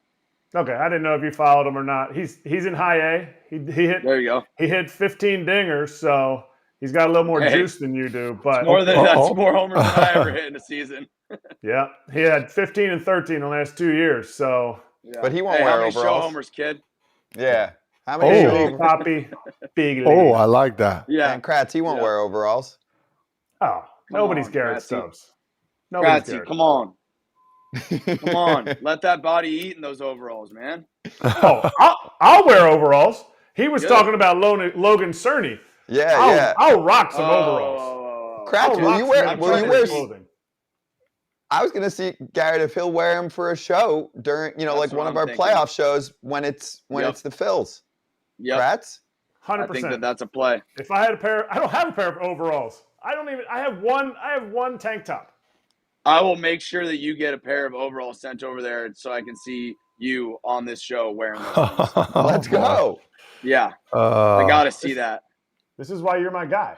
This is why I'm the number one fan club. Backup catchers of Garrett got to Stubbs. stick together, man. Yes. We got to stick together. You're a starting catcher in a backup catcher's body. We're an exotic breed. Exotic breed. Yep. Kratz, so if Phillies take wild card series and Garrett brings out when, right? When. I'm just doing the baseball gods thing. Don't do that. You wear the overalls the day after for the show. While we show Garrett in the clubhouse, you can give us the firsthand analysis of what he's going through right now in terms of how his body feels with the buttons touching the nips. Good? Lock. Yep. Done. Letting it eat. Letting it eat. Lock. You send me an address and they'll get over there. Kratz, do it. You won't. Right now. Yeah. Right now. We're letting him go. Do it. Come on. Tell Garrett, him your address Fred, live appreciate right now. you. Tell him I live. appreciate you. You know You can have my phone number too. 8675309. 8675. They're just gonna look up where you from. Tell them where I'm from. Tell them where it's from. All right. Get it done, Kratz. Hey. Go ahead. Yeah, Frank Sinatra. What's up? Yo, what's up? Oh, he's the best, bro. Come on. I got the Frank Sinatra rolling in Philly right now, and I saw you. I didn't know you were going to be on the show. I saw you over there. I go, another Frank Sinatra guy. I respect it. Hey, all day, every day, dude. That's all hey, when I wake up in the morning, my kids want to say, Daddy, turn that music off. I got to play it. Nice. I got to get me Nice. going. You got good taste. Got to stick with the classics. A little, Respect them. a little scotch and a little cigar there. Play the tunes, Come on. man. Come on. Todd, you still wake up to Fly Me to the Moon? Your walk-up song? No, not just that song. Just to get him different ready types. for the day. Love me, Walking tender, out of bed. love me, sweet. You are the only one for me. Yeah, like I got him all day, every day. Can you imagine if Todd can't have can't do his day every morning until it's Fly Me to the Moon and maybe he plays a little now batting. No, And then he's always that all right, would kid. be classic. That would be like a Derek Jeter thing or something. We would need to get Todd some help if he needed to get up at some people need coffee in the morning. Todd needs fly me to the moon. Oh, and then I'm up. I'm like, Yeah. Then you're awake. He's got a PA announcer in his house. Every time he walks to the kitchen, now entering the refrigerator, Todd Frazier. Jackie's like, I'm not doing this. I'm not doing this. You didn't clean up the dishes last night. I am not thinking man. I'm not simulating an at bat for you. Exactly. You're like, no. Well, that happens in real life. The kids are going off, right? They got too much sugar. Man, I can't handle this. And all of a sudden you just hear, fly me to that. Here he comes through the door. I got it. Rescue. Appreciate that, Garrett. Thank you, man. Yeah. Hey, have a All good right, steak dinner tonight in New York for us, and go play 2 tomorrow. And good luck in the postseason, dude. And you will be seeing a lot of great clips of Kratz in some overalls in about a week and a half. All right. I can't wait. Thanks for having me on, guys. Cheers, man. Appreciate you, Garrett Stubbs. Great conversation. And it had been a minute. We talked to him during WBC time in March. Look how far the show's come. Look how far he's come. Yeah, exactly. But Kratz, I can't wait. Those overalls are coming, baby. I'm sending my address to him, so stop talking to me. Okay. So while I have a quick moment, the one other thing I just want to say about the Bryce Harper situation is poor AJ Pierzynski is not on today, our boy, but we will show this because he did do some work this morning. He was on the Daily Tip, this morning, bright and early, and they posted this. Tell us how you really feel after another controversial decision by MLB umpire Angel Hernandez. The quote from AJ is, "Every player that gets ejected from Angel Hernandez should not pay the fine until MLB does something about this." That is good shit. You love that shit. You love that crap, man. Come on.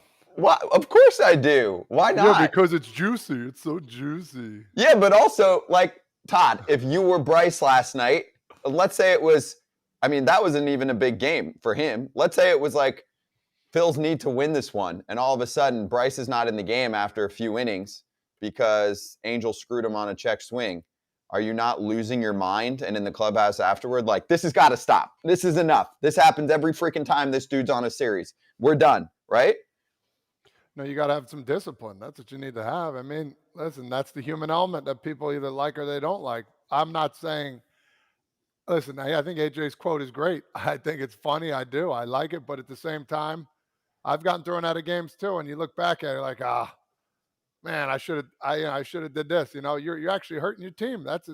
They made a mistake. Umpire didn't make the right call. Okay, get your argument in and get out of there. It's one of those things. If you're going to get thrown out of a game because you couldn't control yourself in the playoffs, especially, most guys don't get thrown out in the playoffs. But, umpires, mostly good at all these umpires give a little leeway.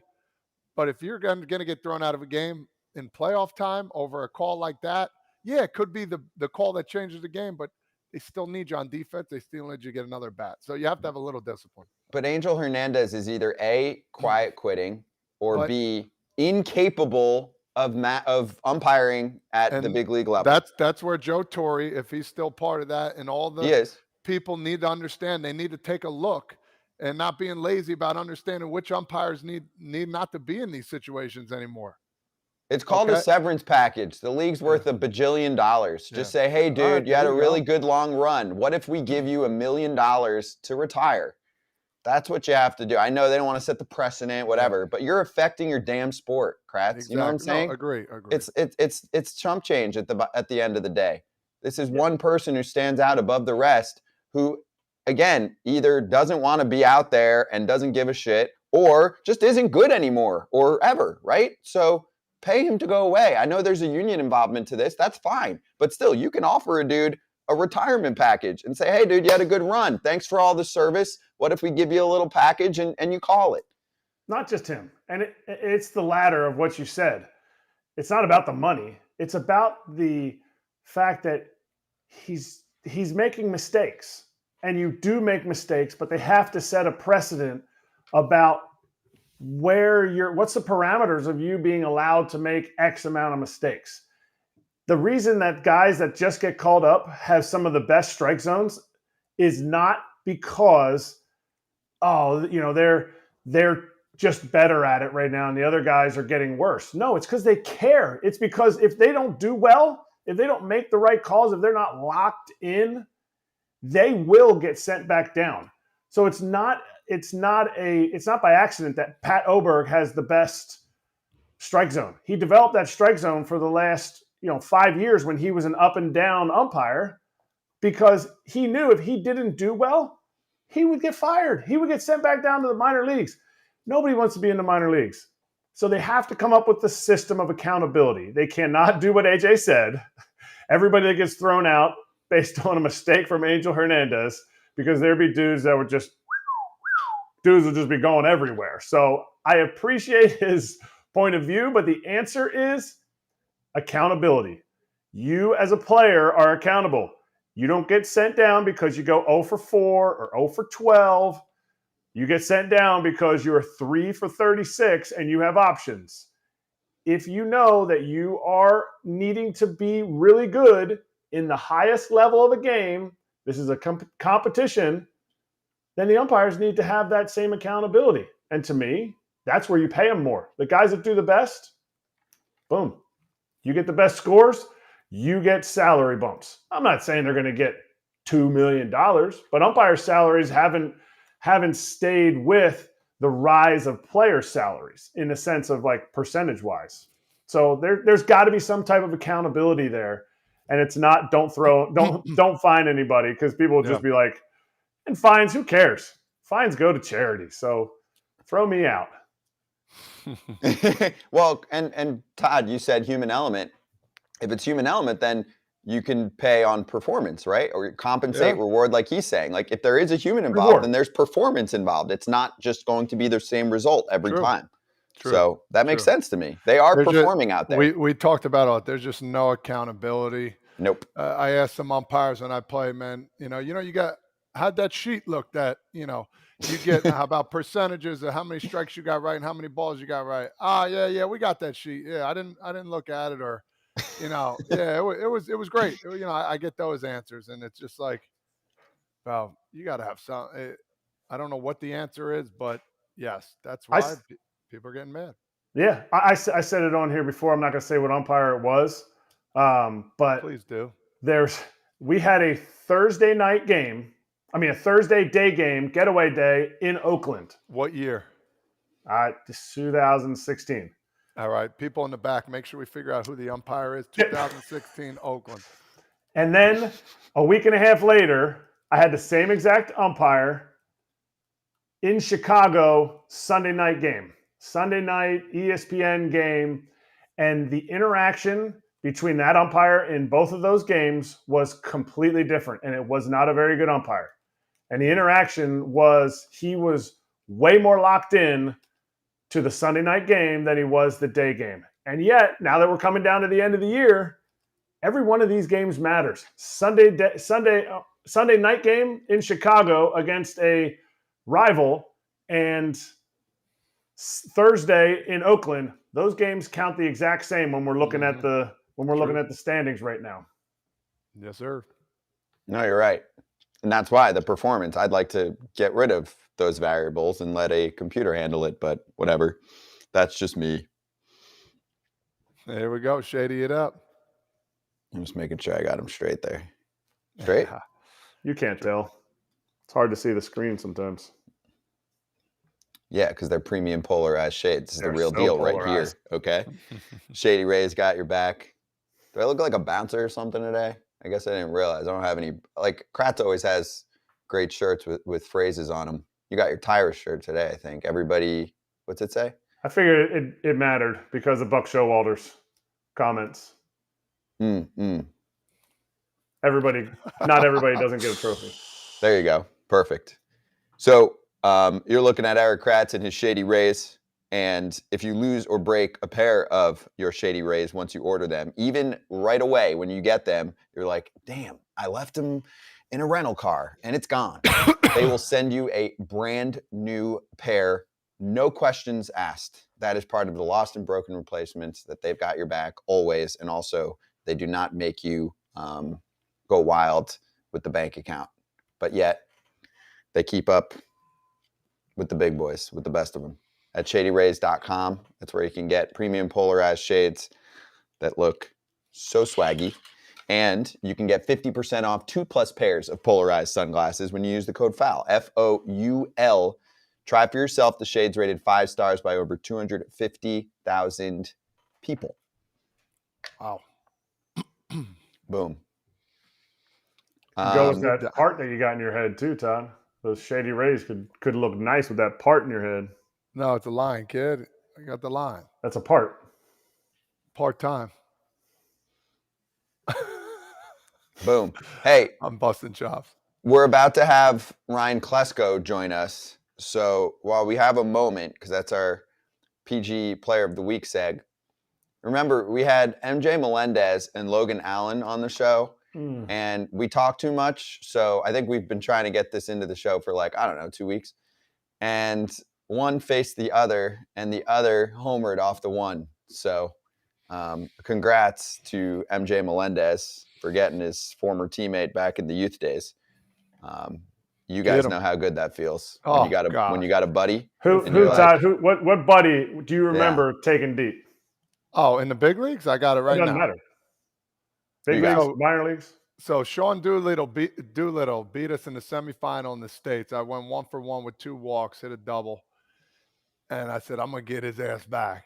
And I've hit, I think, 2 or 3 homers off him, and every time the son of he throws his glove down, he gets so mad. And I know I hit that big homer against the Nationals when we came back and won the game. So Sean Doolittle, Jersey guy, love him to death, but I got you back, big dog. Is that your boy, Todd? Are you guys friends? Yeah, I know Sean very well. Yep. Oh, can we get actually? We need You know, him I on the like show. to produce the show while we're doing it. Can we get Sean? You know what just happened, right? No, what He happened? called it. He called it. What? He's retired. Oh, yeah. Okay. Yeah. I thought something. Oh no, nothing bad. Nothing bad. Yes, he called it. I did. He had a good run. Yes, I did say congratulations. Okay, let's get your boy on because Yeah, I need obviously I think he's a pretty damn good interview. So we're ready for our next combo right now. The great Ryan Klesko joining us right now. Ryan, great to have you on, man, for our Perfect Game Player of the Week, powered by Launch Hydrate. How you doing? Oh, we got a little car action. Are we pulled over? No, I'm the passenger. Oh, okay. You're good. You're good. Oh, wow. So first heading off, to the Braves game. oh, so there you'll be you in go. traffic for a while. Yeah, exactly. We got hours for you. AJ knows. Yeah, it's a 2 hour. Yeah, it's like 2+ hours in traffic.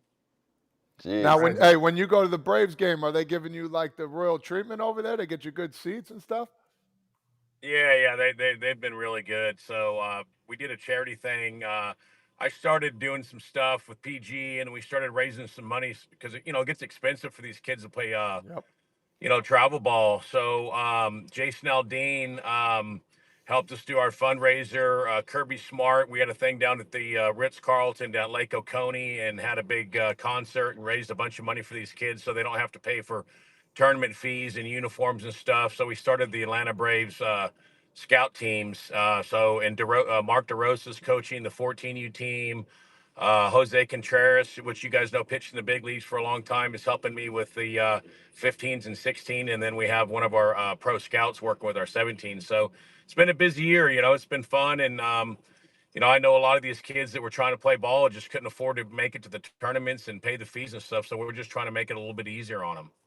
Wait, DeRosa is coaching one of the teams? Do those kids just not have a coach? How's he around enough? Isn't he up in New York? So, yeah, he's back and forth a lot, and he spends a lot of time with the kids. He does have a really good assistant coach and a good support team around him, but he's there quite a bit. His son's on the team, so he travels quite a bit back and forth from home. And Hosey, what is Hosey? Is Hosey teaching all those kids? Are they putting like softballs in their fingers and like stretching his finger out for that fork ball thing that he threw? Dude, he's got huge hands, and that split finger, that ball in his hand looks like a golf ball, and he's really good with the kids. He did like an alumni thing where he pitched.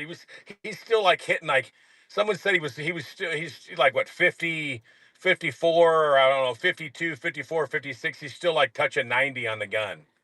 Now when I played with him, he said what his age was, and he goes, and that was the first guy I ever heard say plus tax. Because he was like 39 or 40. So if he's 54 now, 54 plus tax. If we run this back, it might have changed a little bit. Hosey was like, he's a big kid himself with those monstrous hands. Yeah. He's a big dude, and his son plays on the team. They got a really good team, and so this is their first year together with them, and then the first year with DeRosa. So we just kind of joined up and making it fun. So, they're just trying to help the kids out the best we can and give them some instruction. You guys know how it is. I mean, going back when I grew up, if I didn't have the help I had, I didn't grow up with a lot of money. It was the little league coach that helped. It was the guy down the stream that helped. It was the guys, going selling, wearing our uniforms at the supermarket to get people to help, get our uniforms. So it was a lot of stuff like that. So if it wasn't a lot for a lot of those people to help me when I was coming up, I would have never made it, and obviously good instruction. My mom worked 2 jobs to pay for pitching and hitting lessons with me to make sure that I was mechanically set. So I'm a firm believer of that. If you only can go so far until you get good instruction, especially with hitting and techniques and keeping yourself, the arm healthy and stuff like that. So that's how I'm just trying to give back to the game that all the people that help me. So Ryan, long time in the bigs, former All-Star. I heard you're still taking some hacks sometimes before games. Is that true? Oh God, yeah. So I'm still recovering from the last one. We went up to Wyoming, Jackson Hole with King of JUCO Eric and the Bat Brothers, baseball Bat Brothers, and they were trying to break three different records for the longest home run hit, and I think they broke all two or three of them. Obviously, we went up to Jackson Hole, Wyoming, at 8,000 feet elevation. We're using the hottest bats you can possibly do, but I didn't break any records. I was just happy. I think the furthest ball I hit was 476. Good. Oh God, are you shitting me? Hey, but listen, hey, AJ, Todd, you guys, listen, we're using those, dude. We're using the drop fives, the hottest bats, and Oh we're at God, 8,000 but feet still, elevation. And I'm just saying, I think we'll hit one like, I think the longest one was with a wood bat, obviously, and then the other one was with aluminum bat. I think the first day that I hit with them, I only swung with them one day because I had to leave back out of town. But it was probably, the wind was blowing in a little bit. But the second day, I think they broke two of the records. I think we'll hit one like 585 or 525, and then like 516 with one of those wood bats or something. oh my God, wow. Yeah, you guys got to come hit with us next year. We're gonna do it again. You come out here and start hitting the weights a little bit. Let's go. I know. I need it. My catfish belly forearms are getting small. I got to work on those a little bit. Yeah, I'm just starting to get my son into the travel ball world. He's only 9 years old, but I know at 10 they can start going to these showcases, these perfect game things in Houston, and all this type of stuff. But I'm really excited to see what unfolds with all this stuff moving forward. I mean, I'm sure you've had a lot of fun coaching 11 and 13-year-olds, right? Yeah, 11, 12, 13, 14. Um, and DeRosa's son's in it. Brian McCann's son's in it. Frank Core's son, I think, is going to be coming up in it. So there's a lot of local guys, but it's just fun.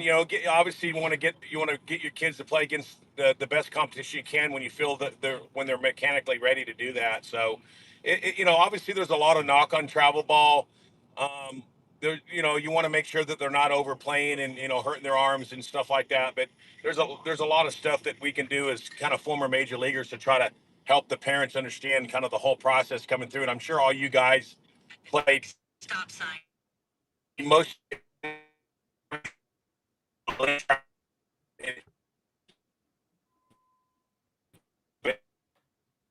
He gone. You got to be in a bad zone right there. Knew that was going to happen. Hey, he's a great interview. I was just gonna get him rolling again here, man. Yeah. But once he comes back on here, man, that's gonna be awesome. Or we might have to request another time. The car action's tough. Oh, there he is. Go. He's back. Okay.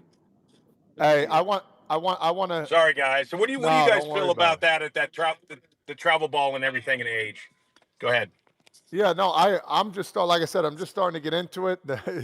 I always at the beginning of the year have to tell. I think the parents are the toughest part because you got to make sure they understand what the goals are, that every kid's not going to play, and that's the biggest part for me right now is controlling them. And they've been pretty darn good.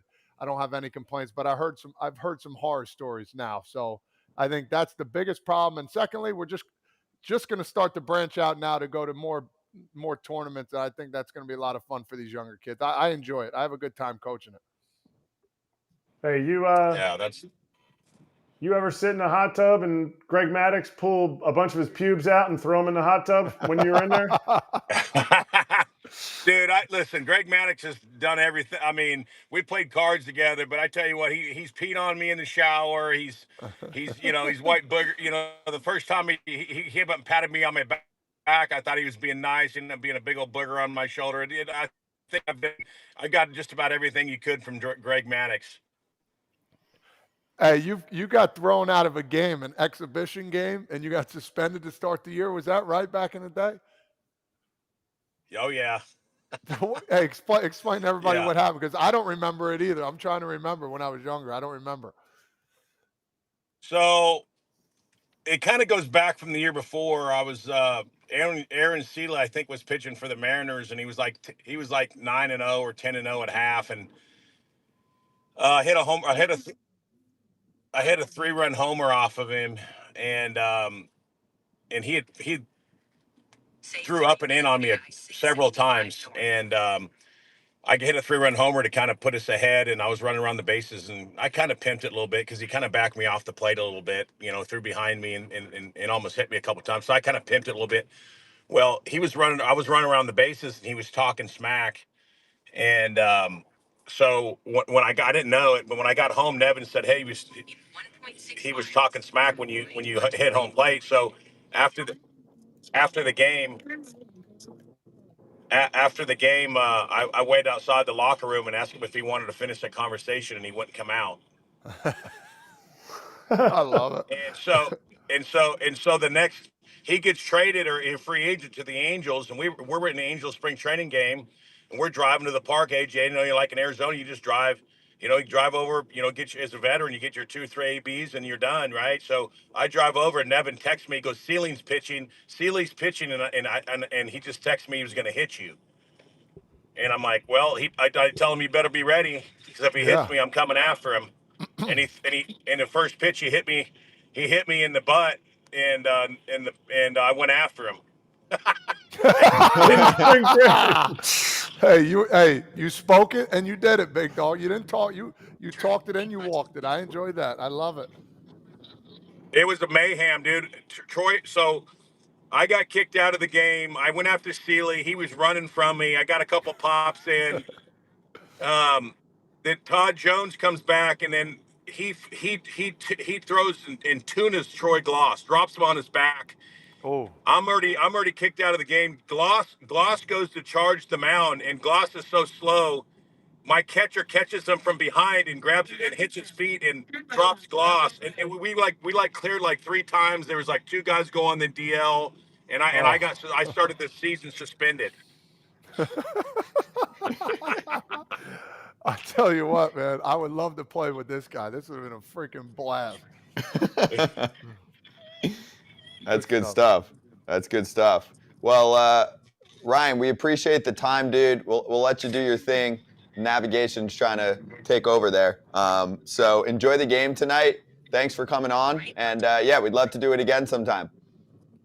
Yes, sir. Anytime, guys. I appreciate it. Cheers. Thank you. Good stuff. Ryan Klesko with us, our PG player of the week, perfect game player of the week. I with love hat, that and obviously juice. coaching. Imagine you're playing for him too. Oh God, he had like a ferocious swing. If I remember, he'd get in there that left. Oh man, was he a switch hitter? Am I wrong for saying that? No, I don't think so. I Oh, don't think so. He's just a lefty. all right, but he could mash, bro. With that lineup they had there too. Oh my God, Some dingers. He's like 270-ish dingers. I don't know. Are the Braves going to beat that record or what? As a team? Yeah, They already did. Oh, they did. Yeah, they did it. Oh, they did it like a month ago. No. You're saying the franchise record? No. Or are you talking about the overall record? The record for MLB. That I don't know. Eric, don't call me out like that, man. I'm going to go Klesko on you. They broke the. Well, no, he wasn't. I'm AJ now for the rest of the show. Yeah, he called you AJ. Twice. I know he did. Twice. I know he did. I love it. Hey, you took it like a champ, though, baby. I wanted to ask him why he was hanging on so tight. Who was driving? He was hanging on tight. He was like, "Whoa, we're going to the Braves." Might have been Maddox. Might have been Maddox. I'd be getting car sick in that thing. Yeah. Oof. Don't remind me. I've had some issues lately. Anyway, let's slap.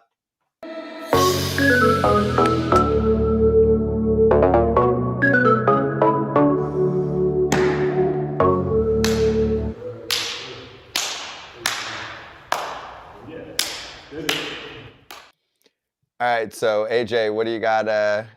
Actually, I think we're gonna do AMP first. Or are we doing AJ hats? I think we got an AMP caller. I hear it. You hear it? All right, let's do AMP first. All right, so as customary, at the end of the show, we take one name, favorite ball club, and question or comment. Guys, Hi, I'm Carlos Mencia. I'm a Yankee fan, and just one quick question. Being a Yankee fan, and we've had constant success. We missed playoffs this year. Should I feel kind of guilty for kind of wanting to latch onto the Orioles this postseason, since division rival and all that? Thanks again, guys. Thanks, Carlos. That's a new one. I haven't heard that before. Question. Yeah. All right, Todd Father, you want to decide for him? Like, if he's sitting with the boys and he's like, "Yo, I want to watch the playoffs, but the Yankees aren't in it which is pretty rare." Does he root for the O's? Listen, I'm a big believer. If your team's not in the playoffs, you can root for somebody else to win. I don't see that being a problem, even if they're in the same division. It's one of those things where, when they team, if say the Phillies weren't in for Kratz, he's going to root for somebody else, of course. I mean, But not the Red Sox if it's Carlos. He Fair. can't root for the Sox, right? No, you'd have to do that undercover. There's always one team. But the Orioles, man, you want them to do well. That's great. That's great for the AL East. I think you could root for a team. Don't go overboard, but be like, hey, man, what a great win. What a great win. That's Yeah. Because if you're a Yankees fan, you like baseball. Like, No doubt. No doubt. you enjoy baseball, and I think the Orioles would be a good team to watch because they're fun baseball. You don't know exactly what you're going to get from them, but man, they figure out a way to win. That's for sure. I wouldn't go as far as buying like a Gunnar Henderson jersey, but I would buy an Adley Rutschman jersey if you're a Yankee. True. Because he could be a Yankee soon. That's my point, exactly. I would buy Rutschman or Henderson because there is at least a chance that you'll get one of them on your own team because we know the Orioles ain't going to pay him. Already said it. That's not even our opinion. We're just using the owner's words. Yeah. Not going to pay market value. That's for damn sure. I mean, he said it. Yep. By the way, and thank you for that, you can be like Carlos and join AMP, follow at Foul Territory. It's free. And call in at the end of the show. By the way. Yes. Sorry. I know what you're going to say, and it's the same thing I was going to say, and you can say it better. You say it. No, that Eric, for your two, Braves are 3 back of the Twins record of 307 home runs in 1 year. Do you think they will beat it? Yes or no? Yes. Of course. There's 3 games left. They might do it tonight. No, they're not going to. They're going to tie it. I'm calling a tie. Really? Wow. You don't think the Braves are going to knock 3? They've been on a basically I'm doing 1.8. it because I'm looking at Eric and he's pissing me off. I'm just doing it for him. It's AJ. Oh, AJ, sorry. I go by my name now. Jeremy disagrees. Jeremy, pipe down over there. Derek behind the scenes said, once your team's out, you root for your league. Yeah, I guess you could. I mean, no way. Derek, it's situational. You're wrong, Derek. Derek, if it's Red Sox Brewers in the World Series and you're a Yanks fan, who are you rooting for? You are not rooting for no. And if he is, he's not a Yankee fan. Yeah. Derek can't. Yeah. Claudia, you can't I'd rather croak than root for Philly. I'm just reading our group chat right now. But no, Claudia, there's always a couple you're teams. in timeout. Okay. That's our Braves fan, by the way. All right. Wait, Kratz hats. Yeah, it's good. It's good. I'll make it quick. Perzinski hats today. Oh no, stop it. Is that the Pirates? Oh yeah. And I picked the Marlins to win double or nothing. This is bad juju right now. July 4th for you. Hey, I put Marlins down on the parlay. Let's go. Let's have a weekend. Enjoy the final weekend of the regular season. We will make some announcements we'll be here 1 o'clock every day, but also some playoff action that we will cover throughout the month of October. You'll get a little more FT. Get pumped. We will see y'all on Monday.